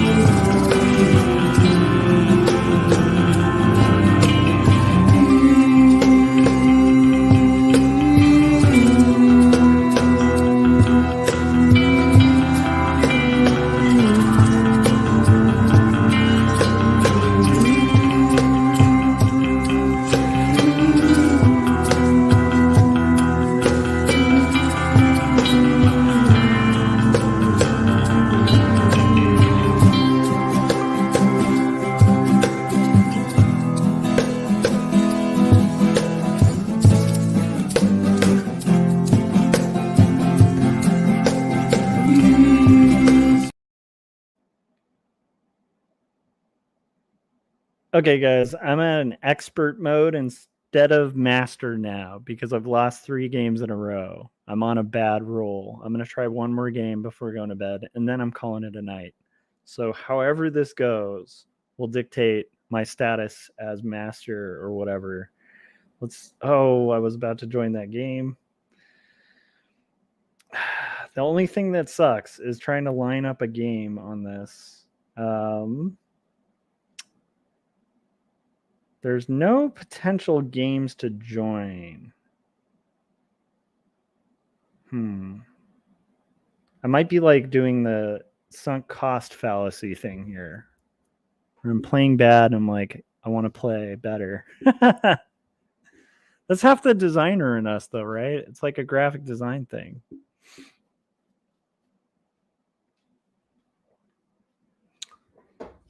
But it has felt like an unusually bad amount of luck on these games. 5-player. Okay. They opted to go 5-player. Let's do it. I prefer 6-player, but whatever. We just played robots, so. All right.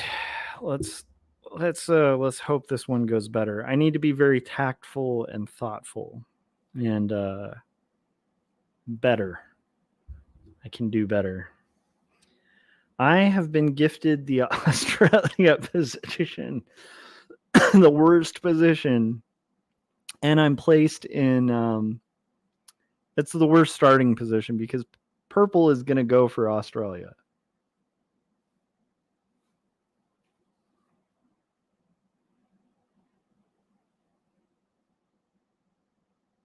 Their name is General Overkill. I guarantee I will Australia or die the hell out of this. But my only real play here is Australia, and I can't get out because of that 4 and that 6. That was helpful. That actually was very helpful. Very thankful to that green player. That green player is playing real weird.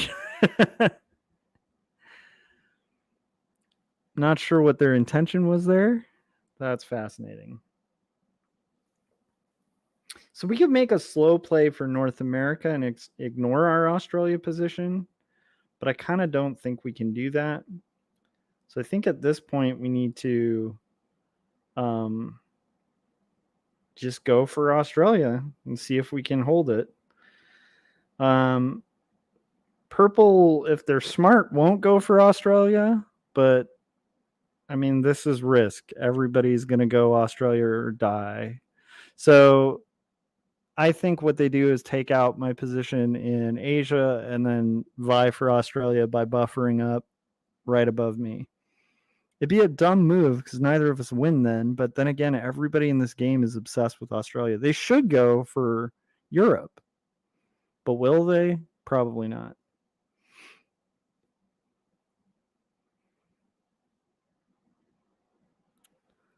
Yeah, they're kind of making a long play for Australia, but a kind of passive one. Interesting. So they do want Australia.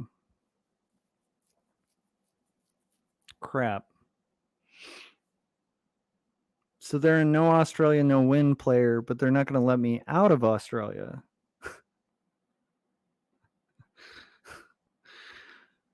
Oh. Corey said, Australia, your favorite. Well, that's why it's not my favorite. Because if Purple wanted to win this game, they would go for Europe. They've got a clear position to take Europe. But instead, they're going to challenge me on Australia, zero out their troops and my troops. This is just not my night for this game. Oh, man. Yeah, I'm going to get zeroed out on the next turn. Because what I'll do is I can't hit his 2. Yeah, I'm just in a real crap position there. If I hit his 2, then he takes his 9 and sends it into mine after he buffs it up. If I don't, he's got that 6 to pull into his 9, and so he wins. He's going to get Australia. If he were a better player, he'd just let me out. Like, let me out of Australia then. But he's not going to. Because no Australia, no win. So basically, he'll take Australia. He'll have like 6 troops left. And then is anybody vulturing Australia to like take it when he can't?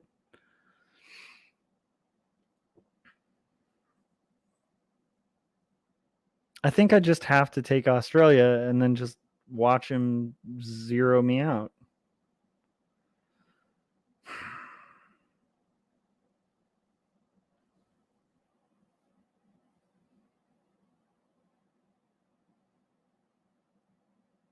Yeah, because if I don't hit his 2, he's going to hit me anyway. But I could go for cards, maybe? Hey, that worked. I don't hold Australia, though. He needs to just let me out. But he's not going to. Instead, he's going to cost himself 12 cards to get Australia. And then red might just sweep in and take it. These are such bad players. Or he should decide on Europe. Like, pick one, man.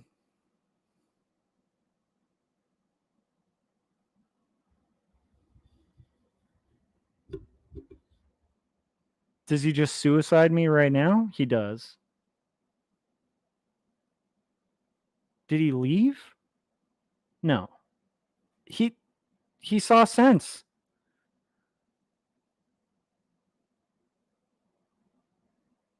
I feel like I'm in an alternate universe. That's one of the first times I've ever seen an Australia player in this game see sense. So now I can do an Australia play, which I haven't done in a while. Australia is a fun continent. It's a very slow play. You have to be a little turtley about it. But I'm in a pretty good position. The only way I'm kind of challenged or will have trouble in Australia is if, say, red has like a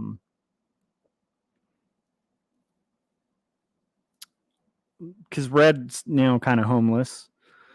So does red vie for Australia at this point? People get crazy about Australia. It's just that when you're holding Australia, players will suicide you. Especially if one of them gets like a card cash in before you. So my next turn, I have to take. Luckily, I have a card cash in. I have the Joker, so that's good. I think we might be in okay standing here. Okay. So what I'm going to do is take Australia now, since purple was kind enough to give it to me, temporarily at least. And hope that red doesn't do something dumb like suicide into Australia, because no Australia, no win, right? My exterior positions are going to get taken out, possibly, but I like that I have exterior positions on the board. So I'm in okay shape. Purple is still a big threat. That's a big set of cards. Does white clear purple to attack me? That would be an interesting play. So white isn't making the smartest moves either. I'm not sure what their angle is, because white should be, at this point, scooting into South America, which is a really great continent to start from. That pretty much opens up purple to hit me. That's what white is trying to do. Just kind of gambling on the fact that I may not have a card cash in. They are also taking a ton of territory, but not territory they can hold. It's an interesting tactic. Red is going to slowly take Africa, or are they going to make a play for Europe? I think red is going to make a play for, or sorry, not Europe, North America. I think red is going to make a play for, red's actually in a pretty good position. They should move that 7 to that 10 though, or the 10 to the 7. And turtle there till they have a card cash in. They're also in position to suicide me because I'm in Australia. Because Australia, guys. How's it going, Corey? How's your night going so far? I worked on comics and art stuff all day, and so it's kind of nice to have this break. I think what I do here to buffer up my strength is actually right now, I think I'm going to play the cards that I have for, especially the ones that will for sure be annihilated pretty soon, to get some usage out of those other positions. And I like that right now purple can't attack me even if they have a card cash in, because they block themselves from it, which is a good thing because purple did have their eye on Australia. They were about to kill Australia for no reason. Purple is going to take England, Europe, but can they hold it? And are they going to stay in a hostile position against red? Okay, they're playing the more prone position, trying to kind of encourage allyship. Allies are turned off in this game. White is going to have a card cash in, so white will take... If white's smart, they're going to take South America. I don't think white's smart. I think white is stubbornly trying to take Africa from red, which is crazy. It's a no winning. It's just not a winning position. And their gameplay here is really confusing. Now, if they want red to leave, they need to move their 14 to their 9. Like, being split like that is not helping red, because you need to let red take South America, or you need to take South America. That bad play is going to lead to a suicidal player. Red might just crash his stack into you and ruin the game for both of you guys. And most of the time, I don't like suicide players, but like, you're putting him in a no-win situation. Again, you know, think about what you want. Like, what do you want? I think green sees the opportunity and takes South America. They'd be an idiot not to. No, they don't. Okay, they're going to keep trying to do the long game for North America. I like it. It makes me very happy. I think now I'm going to just, again, get the most out of my exterior cards and see if I can collect some cards from them. Let's see. Yeah. Nice. I have these little card collectors outside. I'm going to get the most out of those before I move my troops out, because I want to be real big. I want to turtle the hell out of this. Now, does purple want to be a dick and card block me? They could put that 8 stack right above me, force me to hit it. It'd be stupid because they'll lose a lot of troops, but still, that is a play they could do. One could make that move. But they should focus on fortifying their territory. Now, if nobody breaks purple, purple's in a better position than I am. So by kind of being smart about Australia, it wasn't a bad play. Now white should just give up. And yeah, that's the right play, white. Take south. But you've also aggravated red and put red in a position where they're stuck. And so red's possibly going to break you after they take that territory. And I'm guessing that white is going to be in a hostile position 100%. So they're leaving troops on their border, which is going to make red escalate troops on their border. And it leads to this like Cold War kind of scenario. Red cannot be happy with white right now.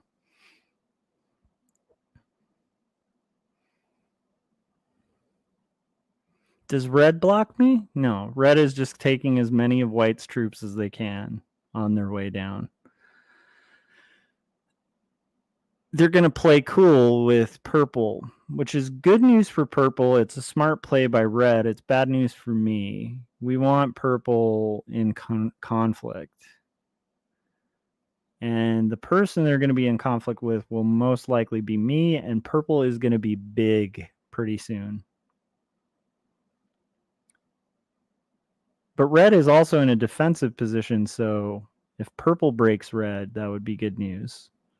Red is also taking a ton of territory, which I will, of course, start breaking pretty soon. Green is in a rough spot. They don't have a cash in either. That's a really tough spot to be in. They want to take America, but it's like just a really rough spot. Do I continue to... Do I let red get as big as red's gotten? I think right now we're going to clear out of the US. And we're going to move out here. And we're going to take another, but I want red actually having a lot of troops. So that's good. Okay, I think we're in okay position. Red is going to gain a crap load of troops, though, if purple doesn't eat at their cards. I think purple might break their territory, but we'll see.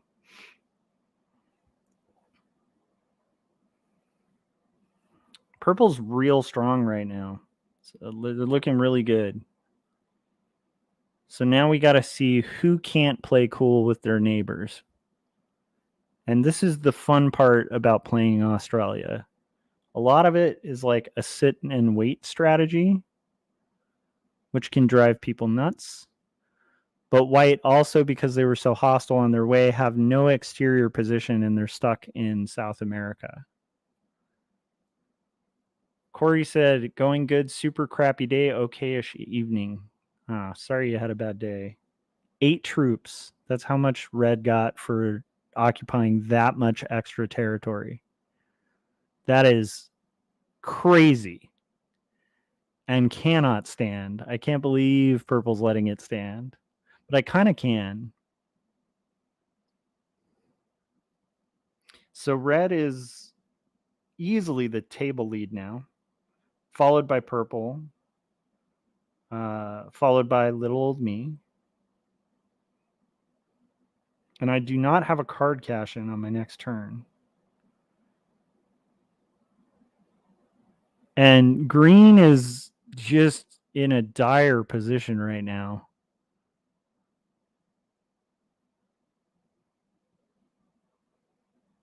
So I think I'm going to do the slow build strategy. So I need to kind of clear out quite a bit of red's presence here. But I need to keep big.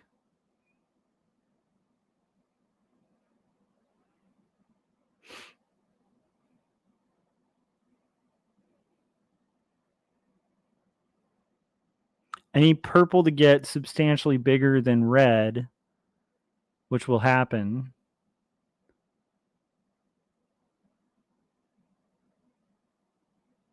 And I need red to feel the pressure so they break purple. But the problem is the more powerful purple gets, the less likely they're going to be to break through that stack and get that 46. So purple's in a strong position, very strongly took the lead just now.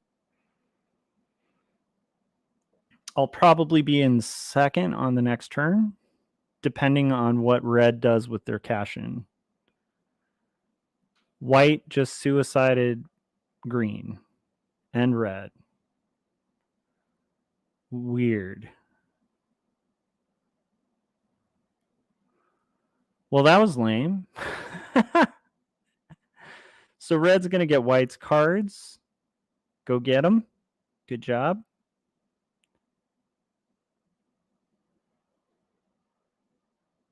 Red has to go for white's cards. And if they're smart, they might just kind of secure down, use that cash in to fortify between and take both continents. That's a good spot for them. Does purple let them hold both? Do they have a cash in? They have to. Defend your continent. Defend Africa. Oh, they're going to hold, totally trusting that no one's going to break them. But you have to be a little more defensive with your strategy there. Okay. Fascinating. I'm not going to break red. I want contention between other players. Like, green shouldn't have broken red because green's in no position to defend themselves. Green's probably going to get eaten. Now, I could eat green for their cards, but I want green strong. I want to do a very slow build play where I gradually take territory. So I'm going to do that.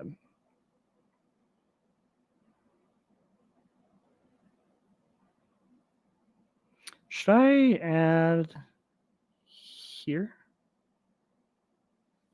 Yeah.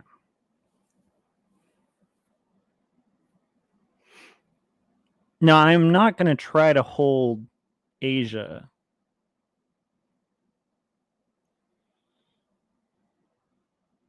Just so you know.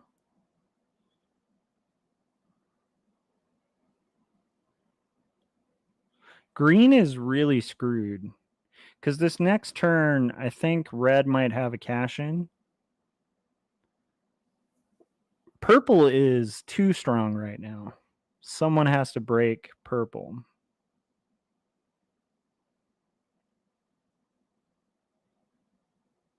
White doing that little coward maneuver because they couldn't win didn't help.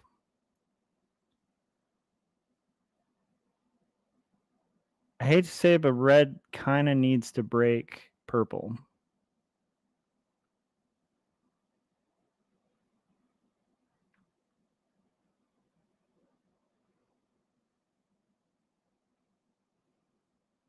We're doing a very slow play.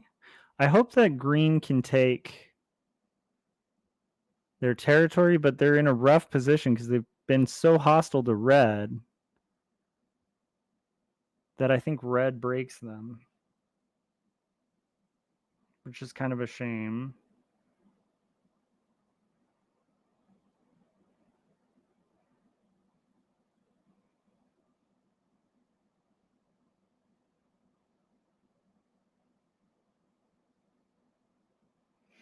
Now, purple is bringing a 6 up towards the top of that territory, which could be real dangerous. And my next cash in's pretty small, so I think my next move is going to be to take my 19 and move it to my 39.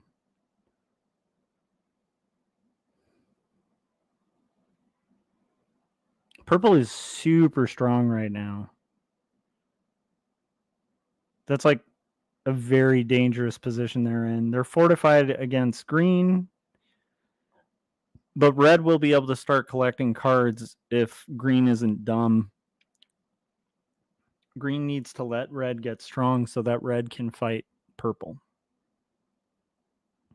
and I need to continue to turtle and kind of cease to exist. I will be a joint target of red and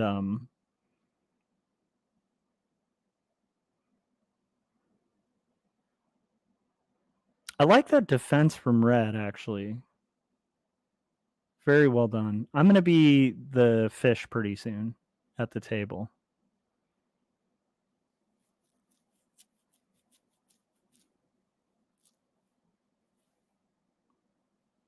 Smart. I like that green negotiated that. I think red might still come after you, but it's a smart play. That wasn't a great card cash in, so I think at this point I'm gonna make this 20, and then I will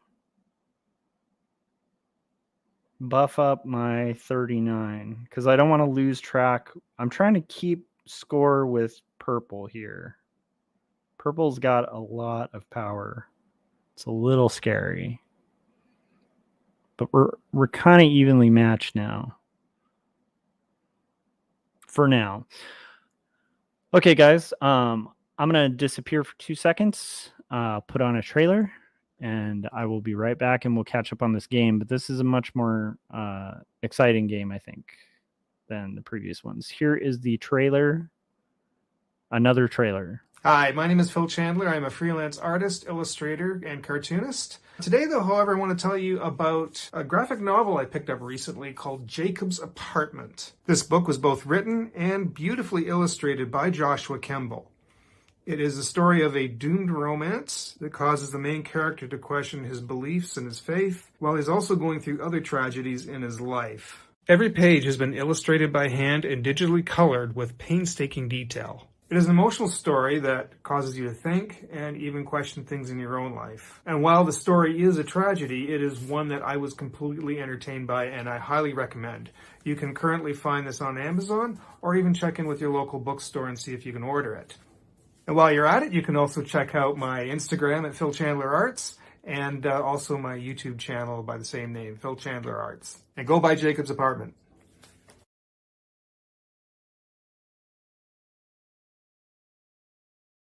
America, which is good. That'll be in contention with that puts pressure on purple.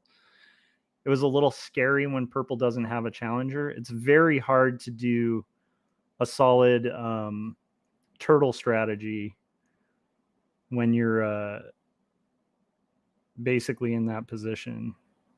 So I think right now, I think I want to do 20, buff up my 20.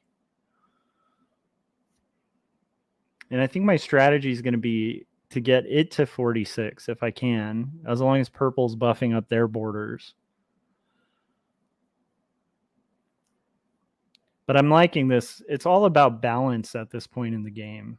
And it's very off balance right now with purple. So I want purple getting more pressure by other powerful players so that we're all kind of keeping our balance. The one thing I want to keep an eye out for at this point is who's getting selfish. And my goal, which is where I failed on the first game that I streamed, is like to not get too selfish too soon. But I think purple might make a fatal error if they already did make a fatal error, and so that's good. Purple is now threatening green. Green is really cool with red. They don't have incentive to hit red, but the fact that they just built their border right next to green is going to make green be incentivized to hit. So is that going to be a joint effort is the question. I'm guessing red sees this too. Red is going to get super powerful. Red is very dangerous. And so green has to hit purple now because purple fortified their border up. If green doesn't, that's kind of insane. But that tension's there. They have an arms race. That's good. I want an arms race on that side of the border. I'm going to just let green kind of keep that spot. And I saw that 51 go up, so I'm going to make my 46 a little bit bigger because I want to, again, I'm trying to keep an eye on purple. Purple's going to get real strong. Purple has 104. You're going to start feeling kind of cocky. Red's starting to catch up. Purple's going to hit green and get taken down to like second, I think. Or maybe third. If I play my cards right, they won't hit me.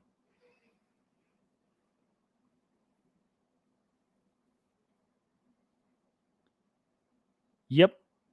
So purple continues to escalate the war, and that's good.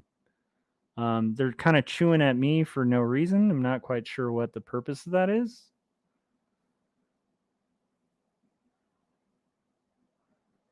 But I think purple doesn't quite know what to do with themselves. And red and green are very coexistent. So red is playing really well. Red has a very good chance of winning this game because they just took the lead and nobody's in a position to break them, including me. Red is also fortifying to where they can attack me, and so I need to keep an eye on that. I'm kind of the fish at the table, but I'm not really. I just have to play very cool, very strategic. And here's where everyone's going to freak because I have a big advantage here. I only have to fortify one border.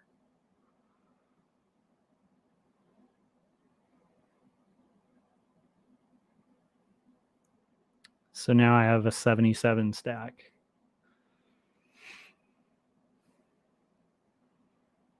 I am literally going to turtle my way through this because I like the tension that's building. I like red getting real strong. I like purple at 120 is really dangerous. But also purple is getting real cocky, and purple's already starting conflict directly with green. And that arms race is my best friend.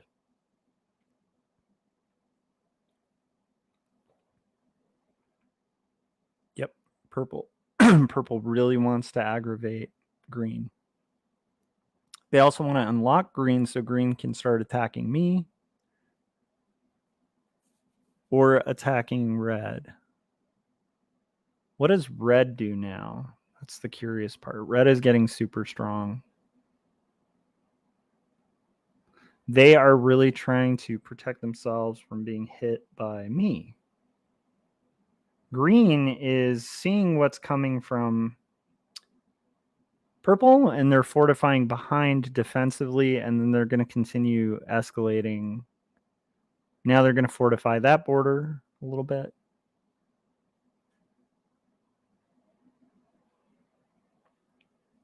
I have a good card turn in here, so I will go ahead and do that. And I'm just going to continue that strategy of what I was doing before.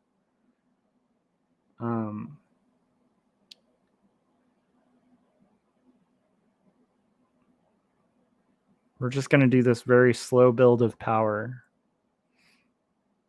We'll see how well it works.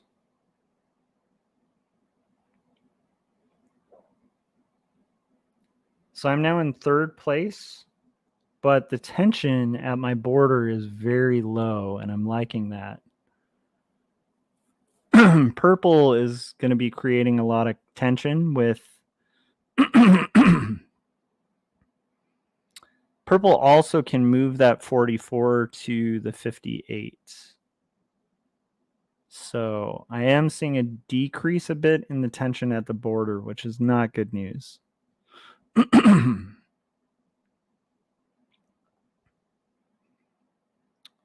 Red is getting so strong. Red's at 124, so they're kind of keeping pace. It's a good balance.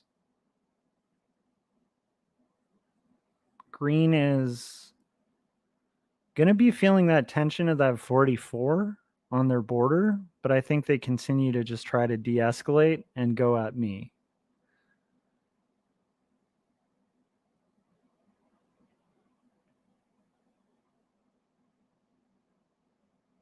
There's always a chance that purple puts that 58 on that 44 or that 44 on that 58 and just takes me out of commission, but that would take a couple turns to do. So I'm trying to kind of keep my main forces in like 2 areas so that if I have to buff up, I can.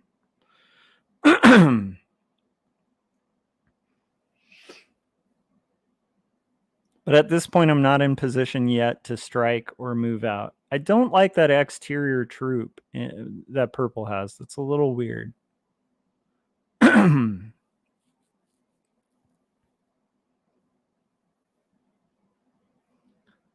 I think it's an interesting play that they're doing, but I think I'll take out their exterior troop. Because it takes away any need for hostility with their neighbors. And red is now in the lead, taking a very solid lead. And they're going to put that 19 on the 19, I think. Because they want protection for me. Yep. And now they're really hard to break. So there's a good balance going on. Green is a little too weak, but green will catch up. I will soon be potentially the last place player. But green is also fortifying their border. So again, they're not forgetting about that 44 looming over their head. And I don't want them to forget it. So at this point, I think we do... Yeah. So purple has a decent set of cards. So right now I want to take out purple's 3. Because I want purple to have to get aggressive with their neighbors. And then I'm going to move that 16 here.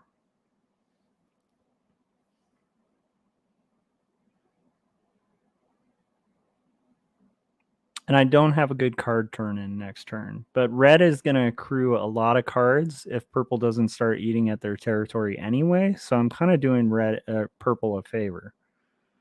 It's like, purple, you can't let red have that much.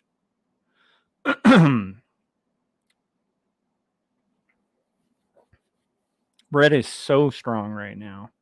So all red needs to win this game is, let's see, 230, 310. And they're slowly on the road to get there if they don't get challenged or broken. But keep in mind, tension is building between purple and green, and we want that to continue. I want green to make that 36 into a 40 something. Yep, there it is. That's tension. Does purple let that slide?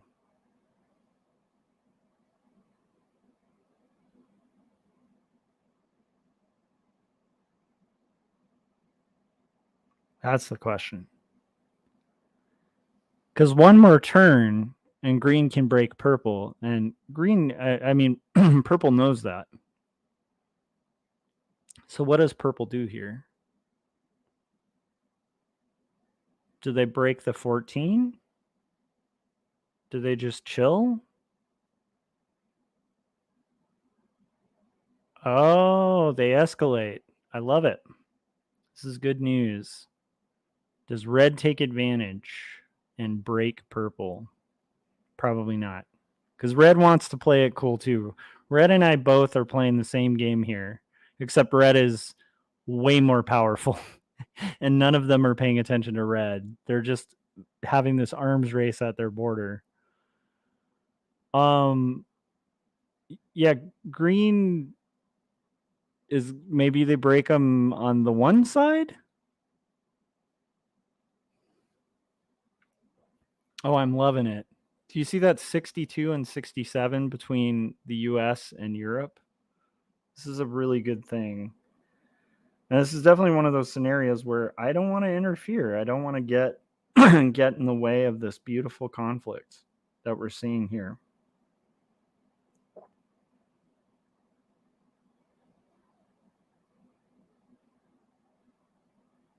I also don't want to break purple. Oh, I messed up. That 4 should have gone into my 99.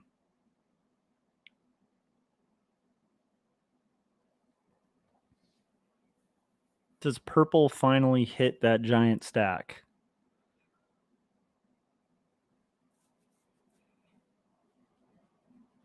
That's their card cash in. That'd be the time to do it, purple.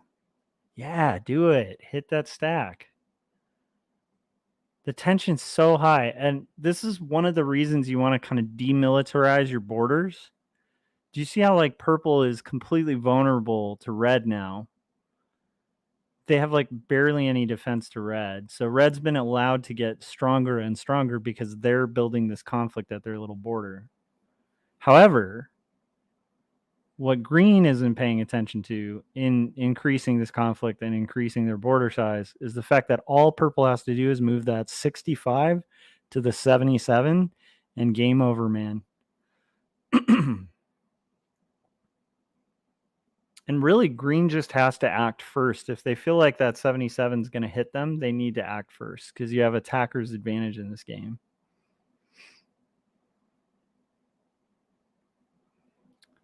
But I think the next move, this is going to be really fun. This is why I want to play it slow. I think the next move they make is, I'm pretty sure that 65 is going to go into that 77.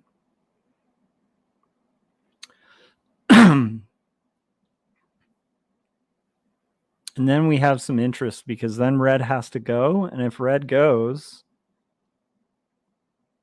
do they... What do they do? So purple's going to hit the 9 maybe as a message? No.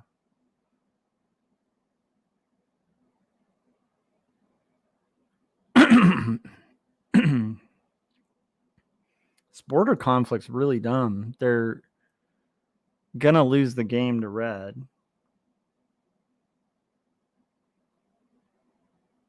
And red is like in a almost unstoppable position. Like I said, red needs to acquire... If you add all three of us together, that's what red needs. Yep, that was coming. So that happened. Green hits purple because purple was messing with them. I just need to be in an attack-ready position. So I will continue to kind of keep myself ready to attack by just eating red.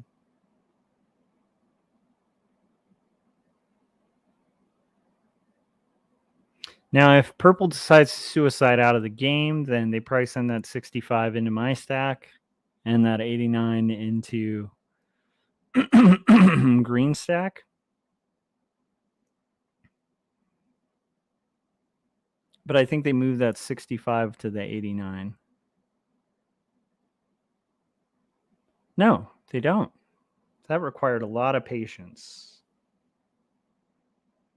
So green gained not much from that.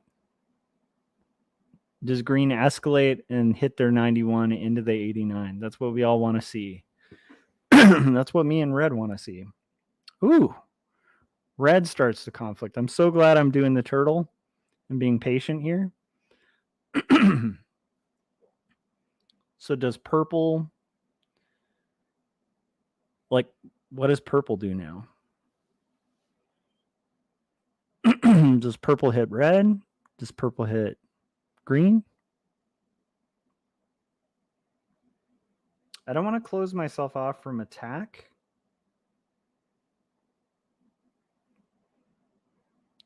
Because I would like to be in attack position.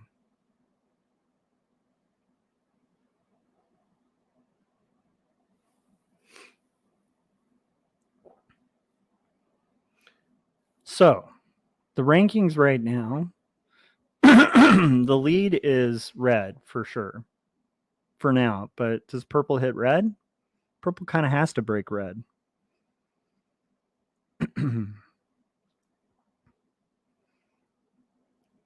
Purple moves to 162, which could annihilate my territory. But they wouldn't gain a lot from it.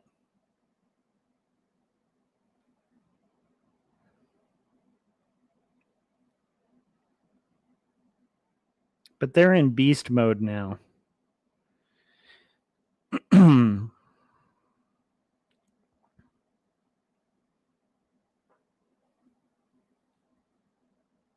If I were red, I'd be a little scared. If I were green, I'd be real scared. But green's going to break purple because they have to. They've been escalating this conflict. If they don't break purple, that's insane and incredible. If purple decides to take me out of commission in the game, I am just, I don't know, I give up risk or something. Because, like, that'll be, like, the second time. But the way this night has been going, who knows? Who absolutely knows? So I think I need to continue to play my turtle. Now green is in a position to annihilate me. But I don't think green has the troops. So I think green is screwed. Green is pretty screwed. Assuming that purple takes their anger out on who they should.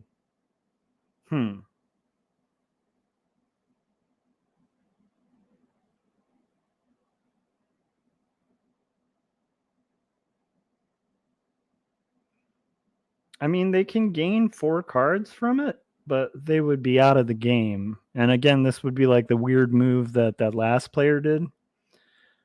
I don't see them killing me in this, but they might. I don't know why they'd kill me, though. That'd be a really weird move when it's green that's been needling them the entire game. But again, no Australia, no win, so you never know. So they're opting to stay in a very threatening position to me, which I don't like. I guess they're opting to just kind of dare anyone to break their territory, and then whoever does, they're like gonna kill, is basically what they're doing. Does red accept their dare? I think red does, yeah. This is fun. Okay. Red kind of goes, okay, you got your 179, bring it. Whew, this game's getting tense. But I like that the tension's mostly not on me.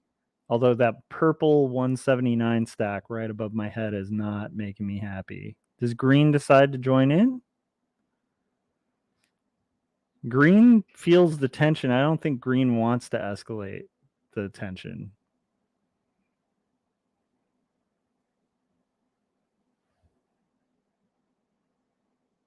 I don't have a cash in either, so now it's 5 cards, which makes me a very tasty target.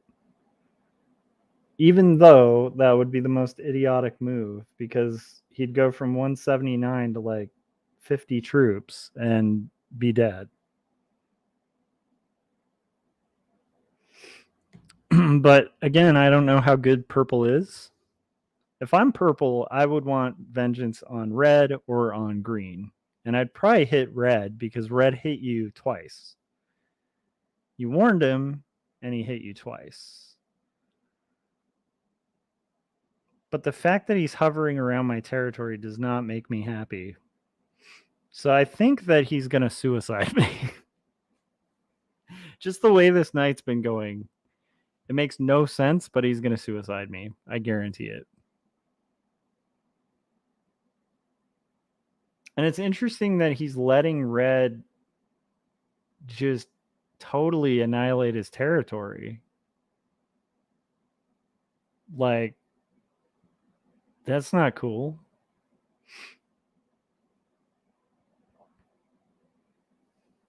Green is being really careful to try to de-escalate tension, if you notice. It's very smart. Green kind of messed with purple. I think purple hits me next turn. That's just the way the night's been going. It like tactically makes absolutely no sense. But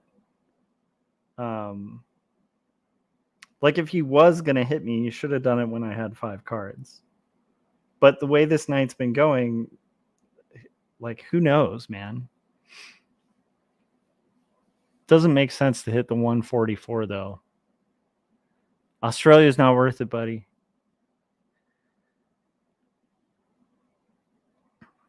At this point, I don't quite understand the game he's playing, except that he was closing off red from possibly being able to attack him. But he should hit red's 24 just to teach him a lesson.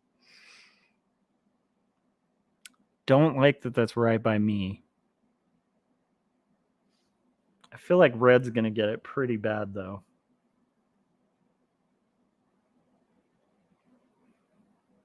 I'm a little shocked that green hasn't made a move, but I think green doesn't like green wants purple hitting red.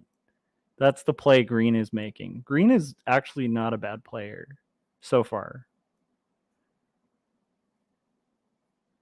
Like they've handled that pretty well when you have tension growing at your border like that. And that's a smart play because they're protected from purple. I would unlock purple, but I don't want purple to misread it and like decide to suicide me. So instead, I'm gonna just kind of chill and again trust that hopefully purple will see as I haven't hit them once. But again, the way these games have been going, if purple suicides me right now, not a big shock. It'd be a weird call though.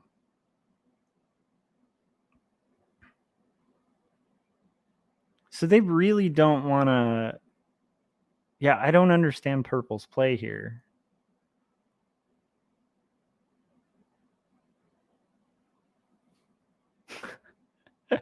It's a really weird play.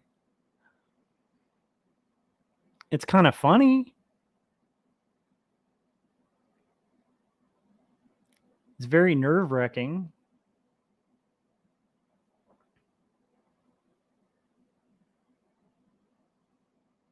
So red is just going to continue to take purple's territory, like just kind of calling purple's bluff. Like, what are you going to do about it?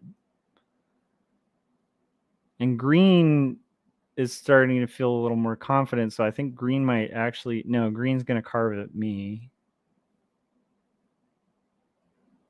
It's a good chance that green's going to consolidate their 46 with their 99.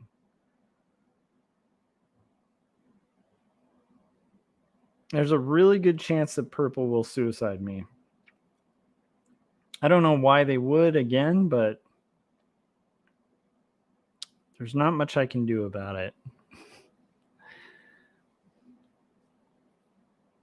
Okay, guys.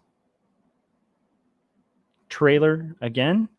And hopefully this game will be wrapping up by then. So here is the trailer, the Christmas trailer for Two Stories.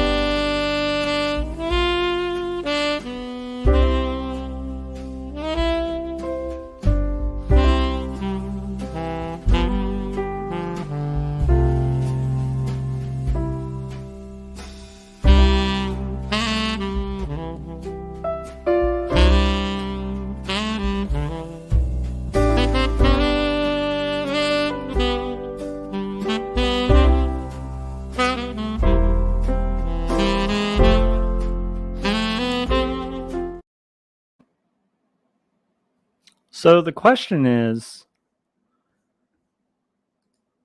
do they ever hit red or do they suicide me? I think they're going to suicide me. That's just how the night's been going. And it's that Australia craziness that people have.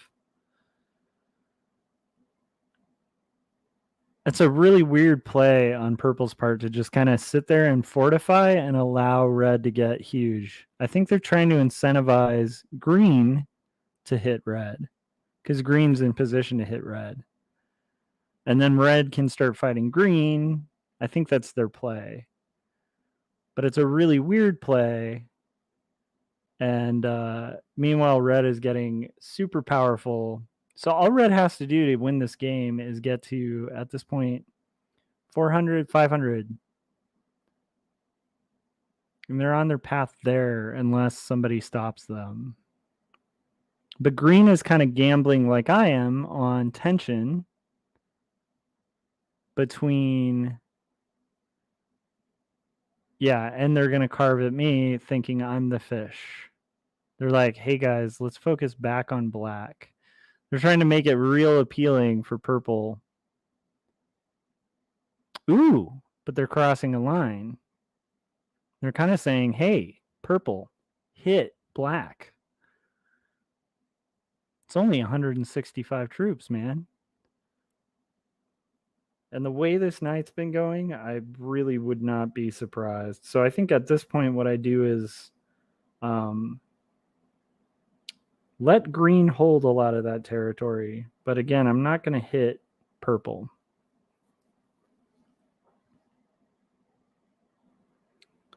Red is in winning position in this game. I think I get suicided here. Sucks pretty bad. I don't understand why purple doesn't just hit the 24 and then go back. Like if I'm purple, well, maybe they don't want to end up having a game that ends in severe suicide or whatever. But it's inevitable that red is going to catch up with everyone if no one breaks them. So I think purple's trying to kind of disappear right now. I think that green is going to start carving.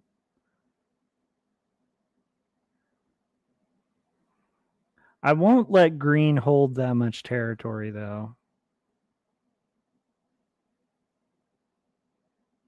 I do have 5 cards, so that's going to be an appealing reason for somebody to suicide me, even though it would lose them the game. Because they'll have like 40 troops left. But I think that's what purple does. I think purple just goes, oh my gosh, I have 4 cards. He has 5 cards. It's time. And just dies. That's what I think happens.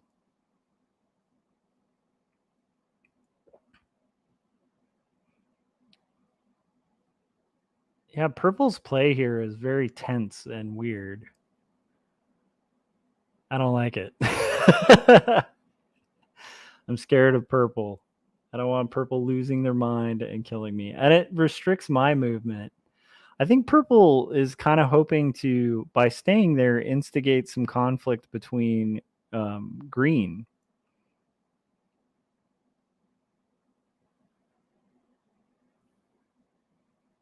Purple's going to lose power pretty quick, though. And green and red are going to consolidate and get more and more powerful the longer this goes on. And being that I'm the weakest player,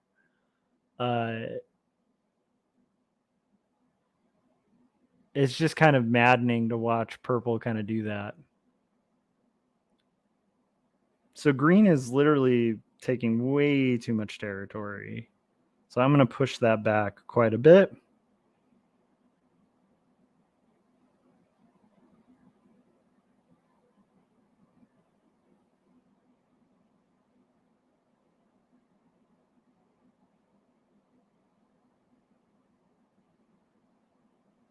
Just to let purple know, hey, bud, I'm on your team, man. Hopefully purple reads it that way.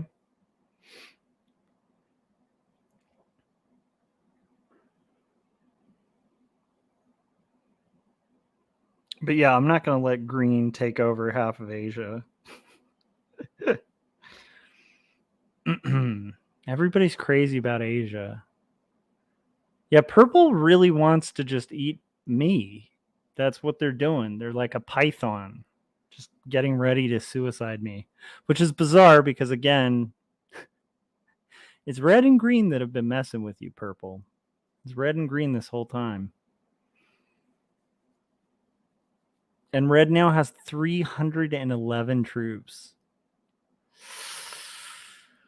Whew, man. And red just made hostilities with green. So now green has to act.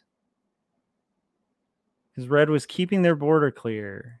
And this is how it goes. Somebody gets selfish. Green's going to take a bunch of Asia again because they can. so they can accrue more cards.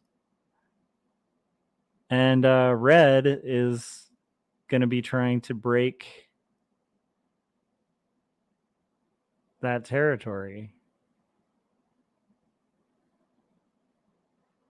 And I think they moved that to their 27. Do they hit? Wow, they are really trying to test it with how much territory they're taking. Well, you know what? If they're not stopping you, why should I?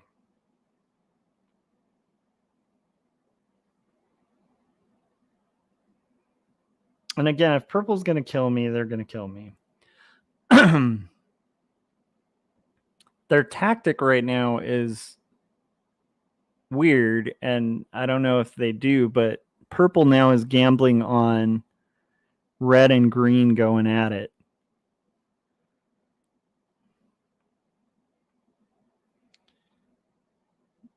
But purple could kill me. I don't know why they would, but they could. It's a very weird game. I don't like the tension.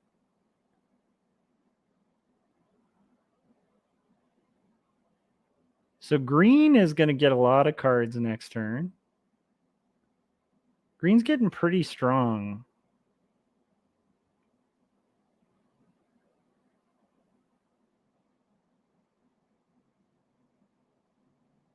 I think if no one hits the other, I think this gets real interesting real fast. Green's at 250, but by eating so many cards, it's pretty fascinating. Curious what they're doing. So green's just going to take half the map.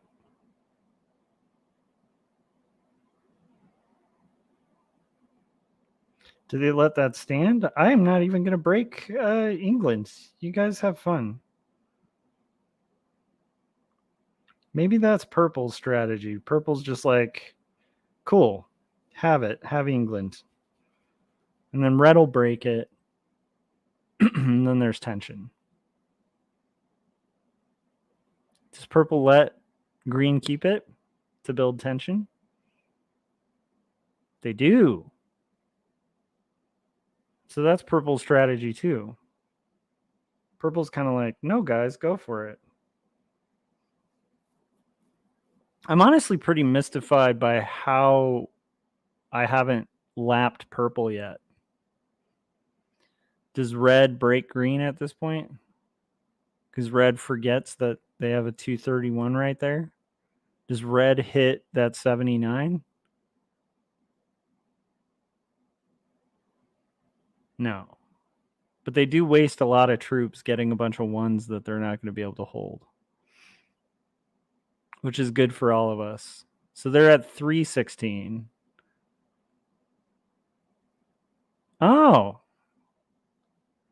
Kind of surprised red didn't move their 60 to the middle. So now red and green are going at it. Very well played, purple. That was a master stroke by purple. I kind of see their tactic now. So purple's trying to like say, hey, you guys fight it out. Like if you want England, take it. You can't hold it. It's a good method. I think I follow purple's lead, but I think I also get killed by purple in a second when purple eventually suicides. Yeah, green is getting kind of sloppy and selfish. I need to just kind of wait it out.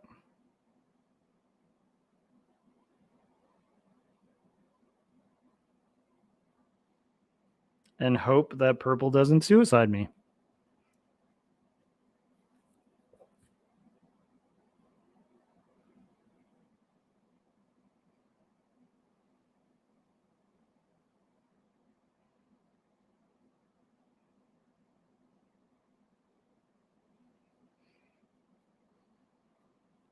I don't understand how purple has more cards than me. I mean, more troops than me at this point. That's kind of bizarre.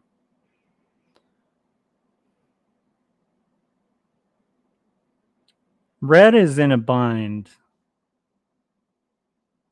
Purple is really smart to have done that move. I'm going to kind of learn from that move that purple did.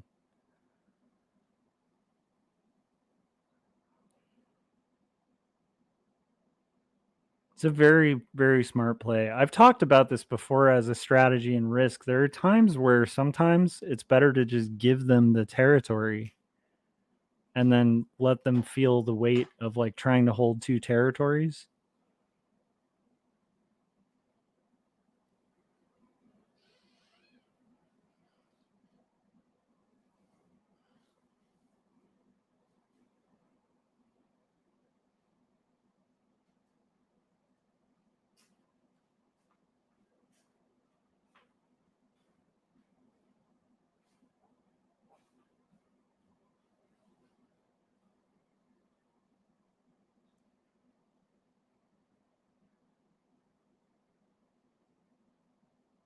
Red is still very confidently in the lead, though. Red's at 331, but I like purple's strategy here. I'm kind of playing along. I don't like that purple's probably going to suicide me, but I like their strategy nonetheless.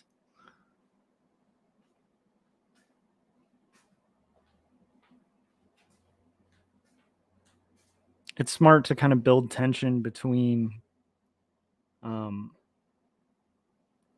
red and green, because now red and green are going at it. Very well orchestrated. See, red now is trying to signal like, oh, we're cool, purple. I'm after green. They're also kind of incentivize green to like go AWOL. So everybody's waiting for somebody to do something stupid. Green has 10 troops now per turn. Green will catch up with red real quick.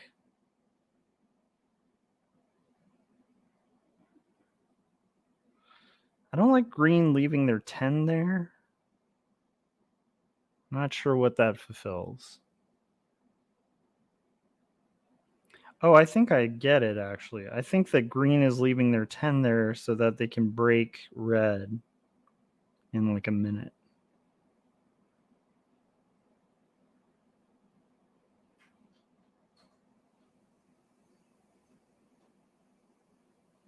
Green's in pretty good standing, though. Purple is dangerous.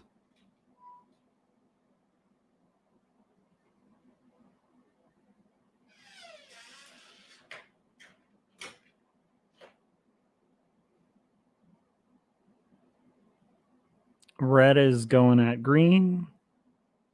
Green is going at red. Red is getting very strong. Green is getting very strong. Purple has somehow maintained their strength. I think that's what green is trying to take out. Does green hit me for no reason?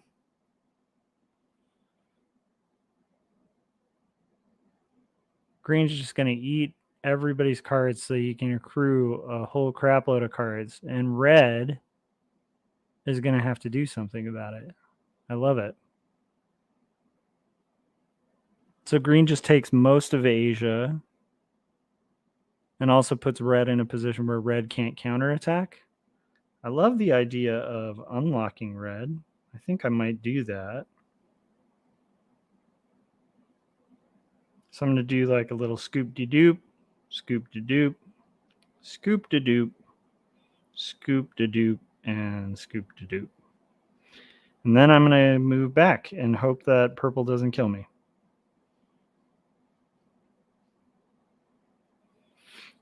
You're clear to go, red. Hopefully red doesn't suicide me either.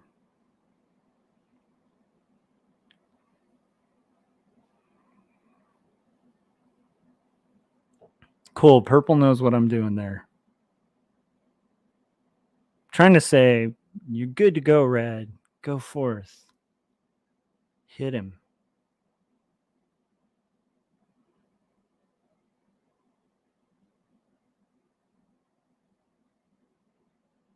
But green's going to acquire a crap load of troops on this next turn. So, yeah, they're getting 12 troops per turn. So I think green is going to make a big hit pretty soon. Green might win this game just for being so aggressive. If red doesn't take action. It's interesting that red isn't taking action, and I think green's going to try to card block me now. Maybe not. Green's at 299. Is red going to let that stand?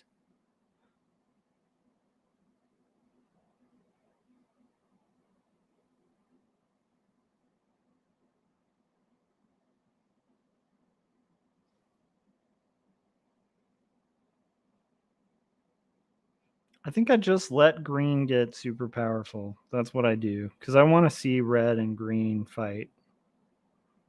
I don't like purple, though. Really don't like purple.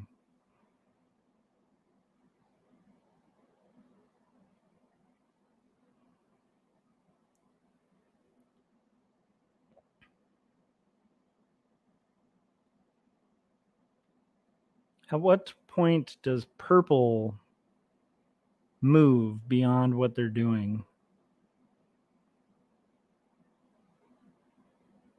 I have a good cash-in coming up. That's good.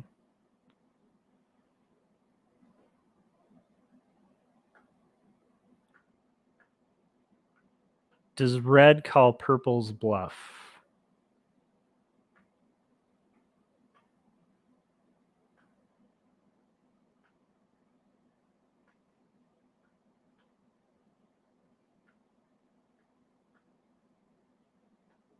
Do they unlock that 117?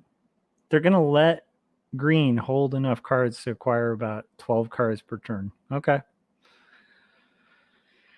Yeah, that wasn't good enough, red. Yeah, green is going to eat you alive, man. And then eat us all. Very well played on green's part.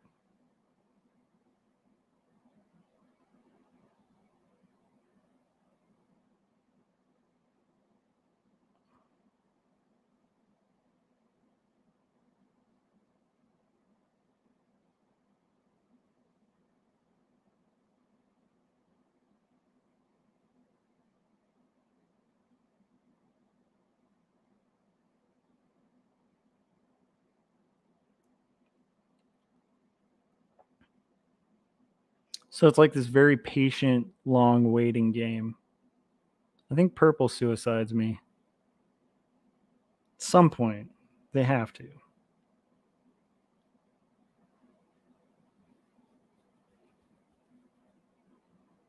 But right now, me and purple are kind of on the same team. Red goes forth with vengeance and loses a bunch of troops in the process. Green will just continue to play that advantage and feed troops to red for red to just die using. Green is like unlocking me. It's an interesting tactic, but they are wasting a lot of troops in doing so.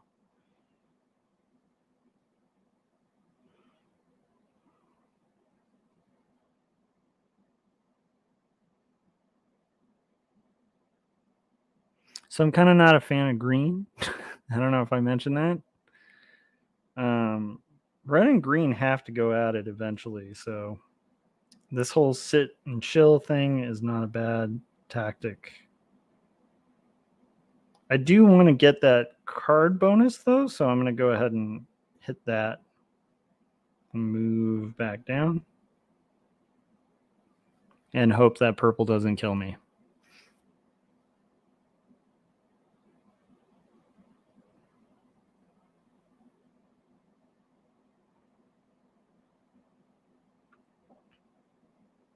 So the balance is really off in red's favor, but red is getting cocky. and board, and that's good. So what we want to see is we want to see red hitting green. I don't know if we will see that. I think red is just like telling green, go ahead. But green's going to get like 12 cards again because of the territories. Like you just got to count the amount of territories they're holding.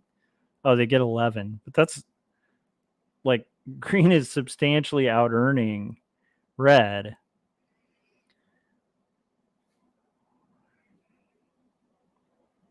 It's pretty fascinating. It's an interesting game. And green wants that 12 card earn. So green's getting selfish. Red's getting selfish. Green's getting ready to totally annihilate red, which they can't do. So that's a good sign. I think right now what we do is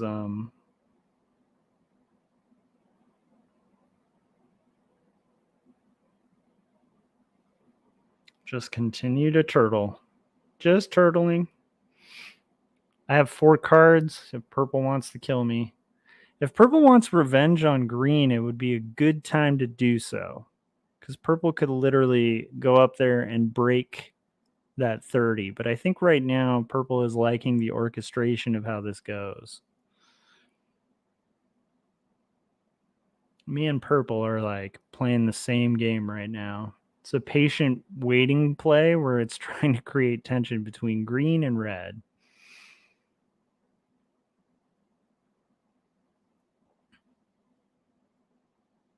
How's everybody doing in chat? Hope you guys are having a good night. I hope you had a productive day. I got a lot of comic work done. I was pretty excited about that. I'm noticing that red does not want to unlock green. Green is trying to, or red just tried to de-escalate. Green doesn't seem like a de-escalating type. So now green is in the dominant earning position. And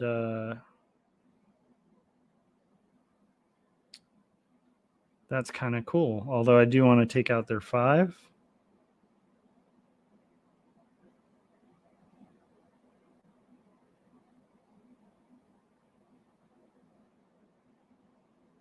Okay. I need water, so I'm gonna put the trailer for. I'll just put a trailer up. I'll be right back. Hi, my name is Phil Chandler. I'm a freelance artist, illustrator, and cartoonist. Today, though, however, I want to tell you about a graphic novel I picked up recently called Jacob's Apartment. This book was both written and beautifully illustrated by Joshua Kemble.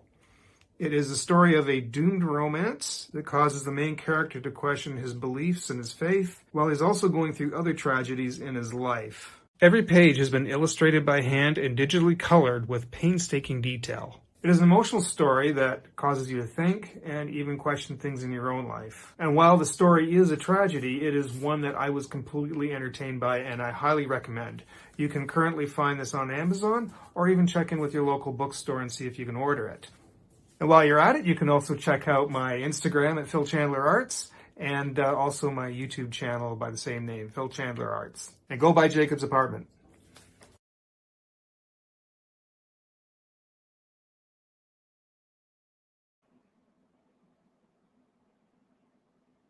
Okay, the tension is building. Red unlocked green's 106, and then green relocked it. The tension between red and green has yet to de-escalate. And purple is slowly just, I don't know, it's kind of insane. Let's see, 1, 2, 3, 4, 5. Yeah. Red is going to just continue to needle green. Red's game tactics been really interesting throughout this. Red's at 414 troops, though. So they are not far from winning. but they will not be accruing troops as quickly as they were before. And green is going to get bored of this waiting game and kill someone. Red has 88 at the top, which is going to be hard to pop. And it's being protected by that 271. So it's going to take a while, but I see green definitely winning this. Although green is forgetting entirely about purple, which I can't forget about purple because purple is dangerous. Very dangerous.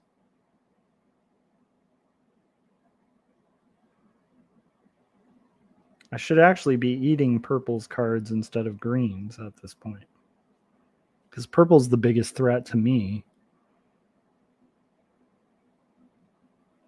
Weren't it for purple and that 271, I'd be able to get along just snazzy.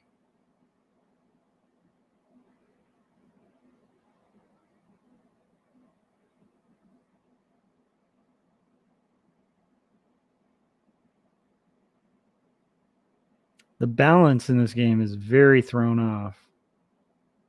Red has a lot of power and a lot of cards, and now red's accruing a lot of cards, but doesn't have a lot of territory.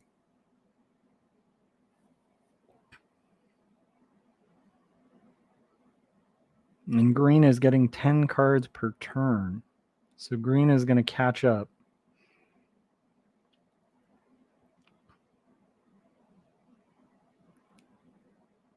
Green is getting a big troop count, too.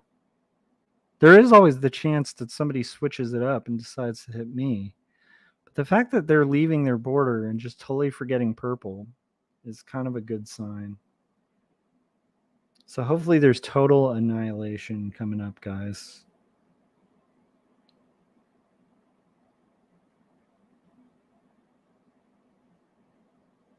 I'm going to leave that 12 of greens, even though it's dangerous.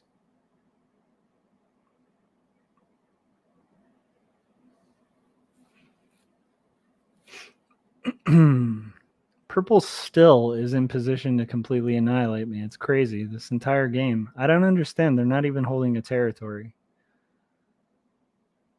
It's kind of fascinating.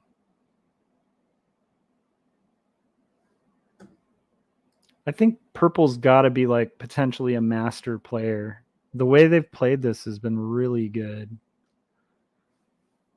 Just kind of waiting it out, wait for people to kill each other.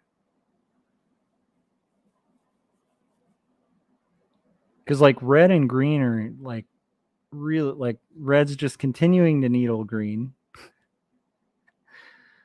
But green's gonna like destroy red pretty soon. Because they're getting 10 cards per turn. Green can kind of take out. Maybe green hits the 116 stack or just starts carving at the little ones.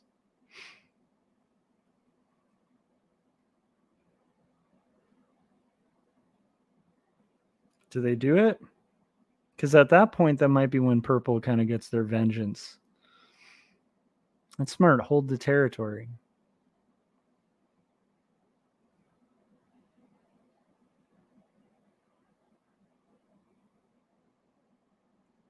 Now, green is super dangerous now, again. And that's a little scary.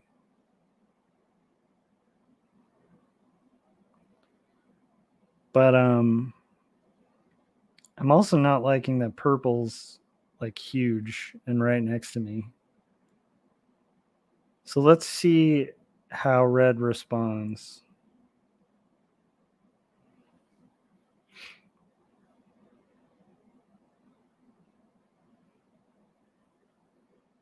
Can red even get vengeance? Red kind of has to break green because green's next turn, he's going to take red out of existence. Purple played this so masterfully. He saw two aggressive players and was like, have at each other. If purple ends up winning this game, he should, because like, again, that was a really killer strategy. So now red and green are going to kill each other. That puts me and purple in a position that's pretty awkward It's going to be a showdown. I think I'm dead if that happens. But yeah. So red holds that territory. Oh, red's going to suicide.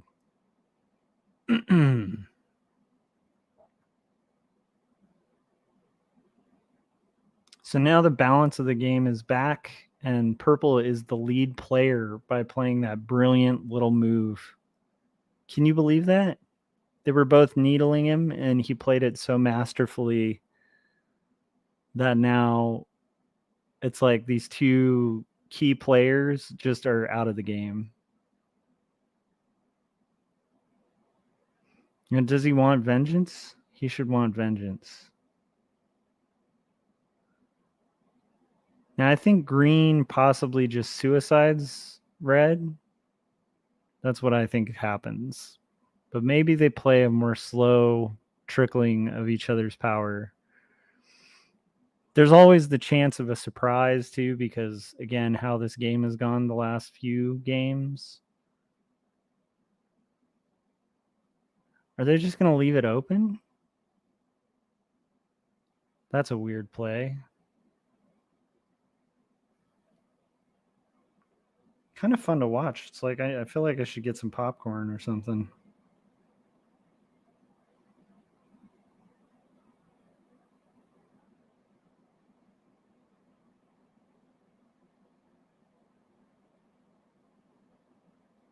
I don't like purple being so big right next to me, though. I really don't.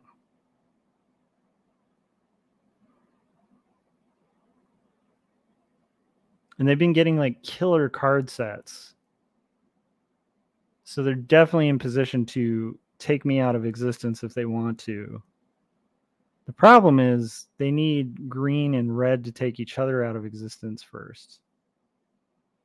And now purple's putting themselves in a position to do the end game, which is really smart. Because they know this is coming. So here red broke themselves down to like only 100 troops.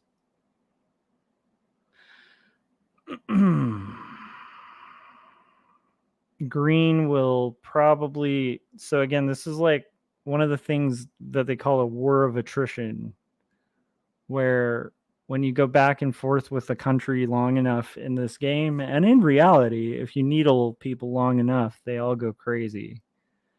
I think red might potentially... Wow, they're leaving the cards? They're leaving the cards.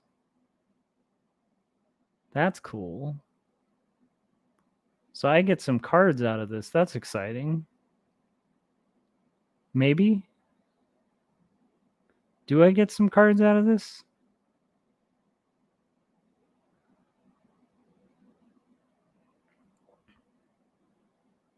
Can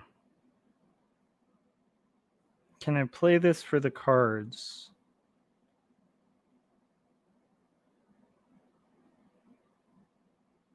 It's only 6.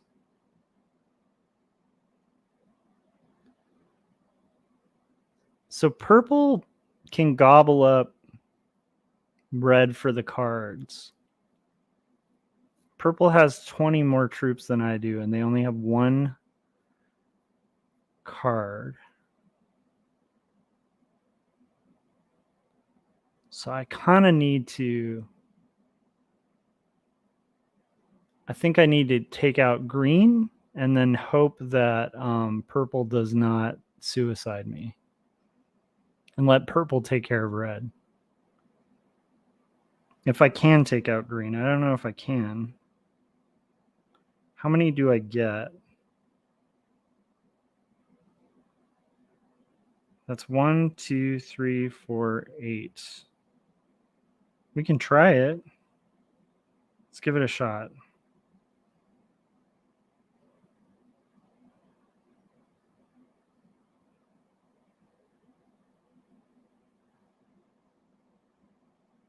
Thank God.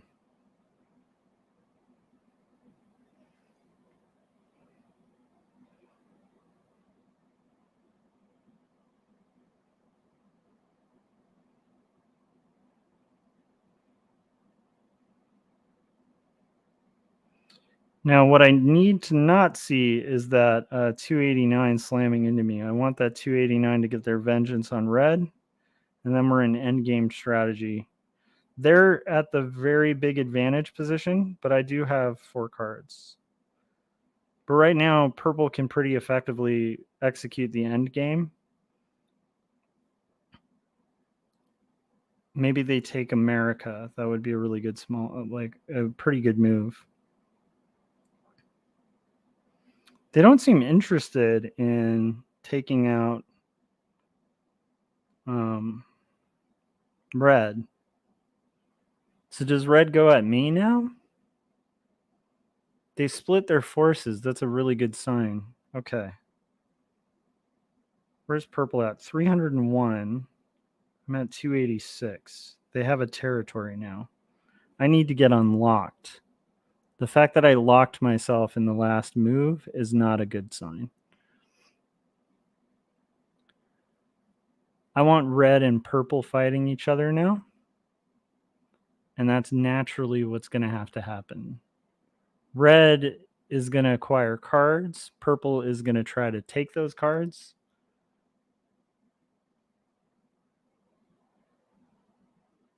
Red has 98.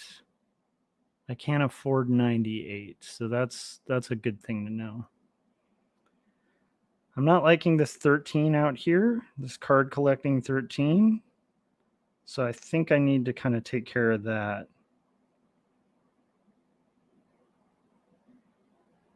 And I think I let red have the territory because I kind of know the position that purple's going to take, like a very passive position. Just hope that I start attacking red.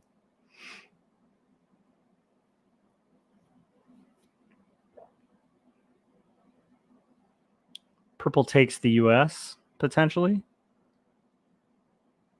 Or do they just chill? They kind of have to take the US. Purple could take everything of mine, leaving me locked. That would be a pretty good move.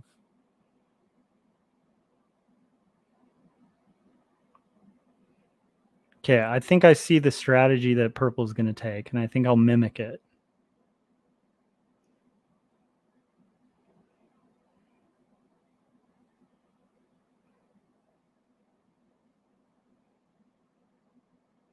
Purple's going to try to card block me, which is pretty effective. But I'm now at 289, so I am now the lead, which is a pretty good sign. I kind of have to break their territory. Sorry, red. I need that card.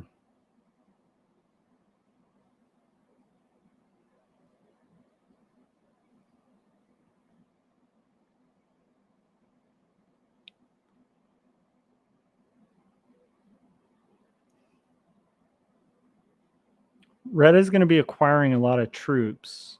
Me and purple are pretty much counterbalanced.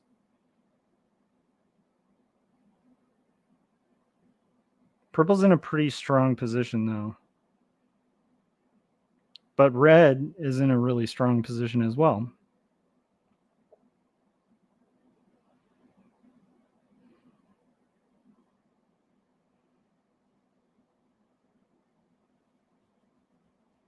And red is very stubbornly going to try to hold Europe and come at me. But they just unlocked me. Which I like because they have how many cards?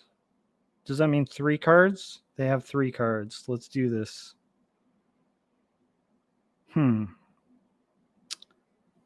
Should we hit that 27? Or should we just shave at the smaller parts? Yeah, I think it's endgame strategy time. So let's see what we can do here. How many troops do they have? That would be me jumping the gun, which I should not do. I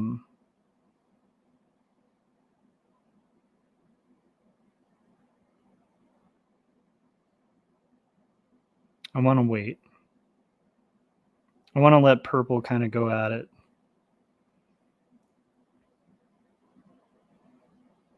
I need to focus too, so I need to get some water again, and then I'll be back. Speak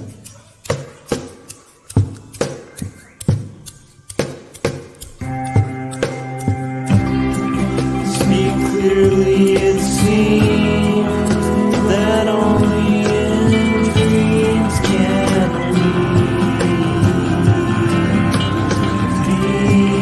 these things we've seen and walk around breathing things. I don't know the part to play in this heart of mine. Okay, this is getting pretty fascinating. So I wanted to cut that off so you guys, since you guys have already seen that trailer. So it's getting pretty good, and I thought you guys would want to see it. So we're getting close to end game where action has to be taken. And now they have 4 cards. So I think what I do is take out red entirely. I think I can afford to do that. Like, I don't know the math entirely, but I think I can do it. I think what I need to do is hit that. Maybe I'll worry about that 151 later.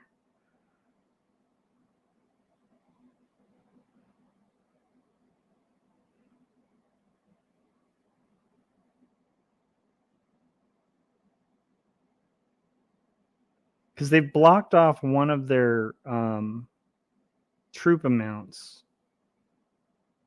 That's, I think, the only reason I'm able to kind of do this.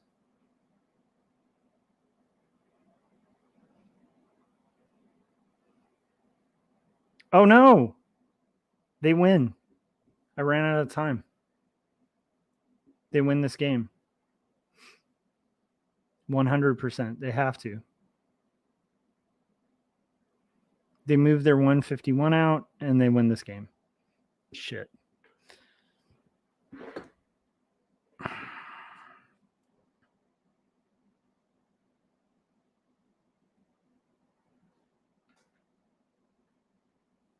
Yeah, they for sure win this game. So now they get those 4 cards, cash in, take the map. I can't fight. Oh, I was going too slow. Ah, that's a bummer. Well played. Purple kind of deserves to win this with their moves, though, I gotta say. My end game was so weak there, though. I was so close. I needed to hit the red. If I had hit the red, I would have gotten those cards. We were so close. We were absolutely very close. He's going to break my territory potentially. I don't know if he moves his 151 out. He should. He should just go slam it into my 197. He may not know to do that, which is kind of good. He's blocking himself off, and I have a card cash in. So I actually am still in the game. Very much so. And the fact that he's protecting his 267 is a really good sign, because now what I need to do is close off all territory. So let's take, let's do this. We don't want to unlock his troops. So we're going to do this, and then we're going to kind of move through. We might actually have a shot at winning this. I don't think we do, because I think he moves his 126 out the next turn. But by that point, it might be already too late for him. So we're still in the game, guys. Because 267 is hard for me to catch up to, but we're not actually that differing where we're at. So I do like my 10 here. Oh no. Darn it. I needed those things. Again, I was moving too slow. They're going to break my Australia, I think. What do they do here? What do they do? They're doing a pretty weird play. So I don't know if they know the dire straits they're in. That's a good sign. If they move their 267, though, it's a bad thing. So we'll have to see how that plays out. They are doing kind of an effective end game. Yes. Okay, very effective. I only get 9 troops, so this is a little tight. But what are the numbers? Yeah, I can't win this game. How are the numbers?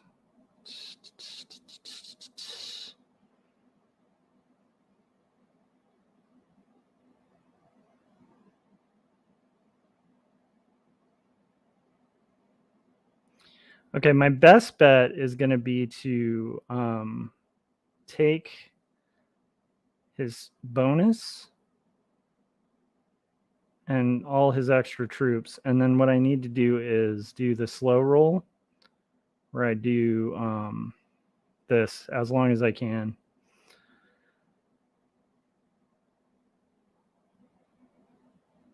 It's not going to do much, but... Okay, and then we want to attack her. Oh, okay. Well, yeah, game over. I'm just going to say good game. Yep, game over. That was a good game. Well played by Purple. I don't feel bad about losing this one. Honestly, I wish I hadn't run out of time, but that was a really good game. Like a really solid game. Very well played by Purple. Is Purple going to turtle up in Australia? That's a weird move. Oh, no, they're going to just destroy me. That's good. I don't know why they're leaving troops and drawing it out. Like, they can just kill me. I guess they want to break all my territories first. But they should just take me out of commission.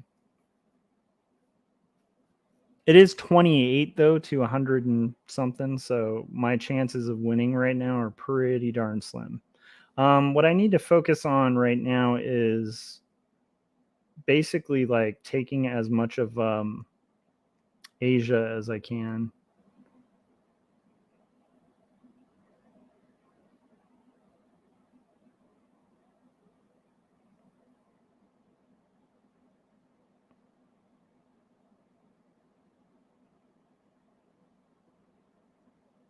I have to leave that 3, which will come back to bite me.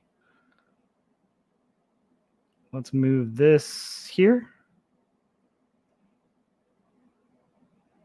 They're going to cash in cards. It's 118 to 34. There's no way I catch up. It does give me a slight advantage for a second. But yeah, he should just take me out. I'll be very shocked if I don't lose this game. 117, and I don't have a card turn in. So yeah, this game's over. Well played on Purple's part, though. Really, like, excellently played. Like, you got to give credit to it.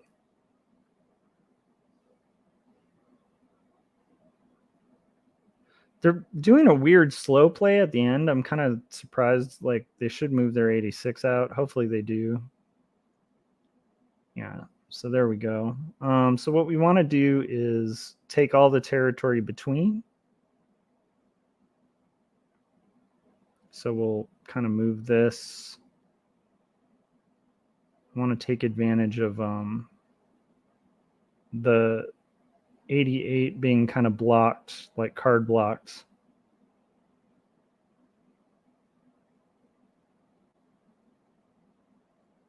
And again, like, I'm going to lose this game, but at least that gives me a slight chance.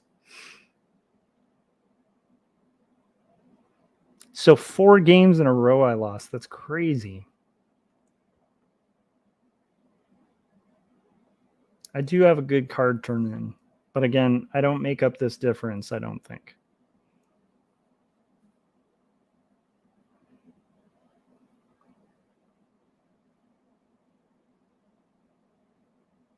Purple is moving kind of slow, so that's an advantage. They also split their forces, which means I probably die pretty soon.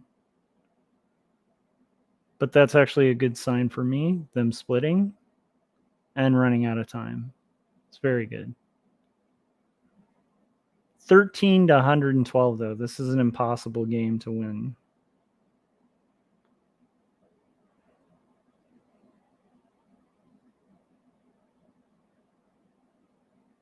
And the only way I do it is by playing the advantage of the card block. So we will continue to do that. We are beautifully card blocked.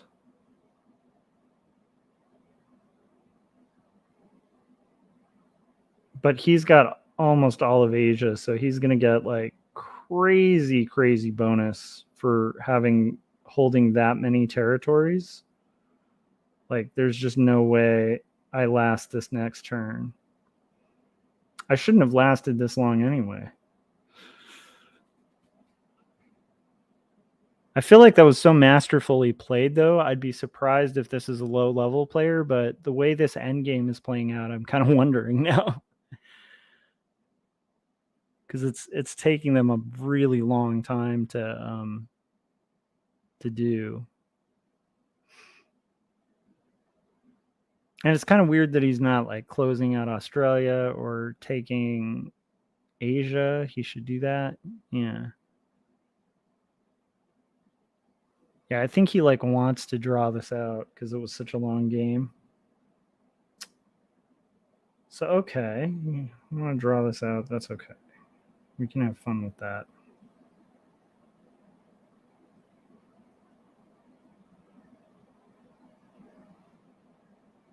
That was my best bet. All right, that's the end of the game.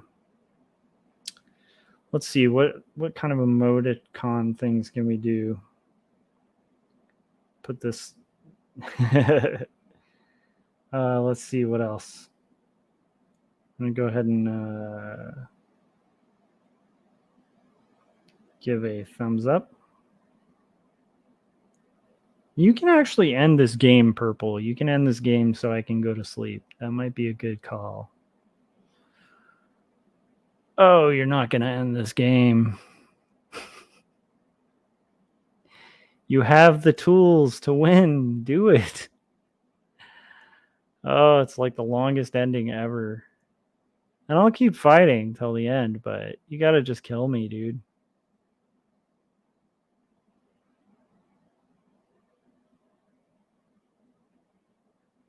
Yes, game over. Okay, very well played. I'll say good game. That strategy that Purple employed, I learned a lot from that. That was very well done. Did they run out of time? Really? Okay, we'll just see what we can do.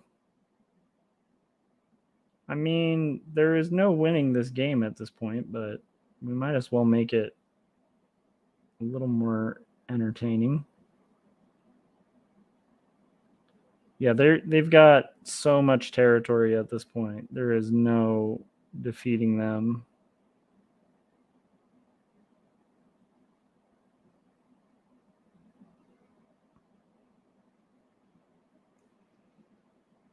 But hopefully they just buff up their troops and eat all the territory now. That would be a good move. Might be good to win this game at this point. So thanks for watching, guys. I'm going to go to bed. Apparently, I just had a miserable time playing Risk today. I played badly on every single game, all 4.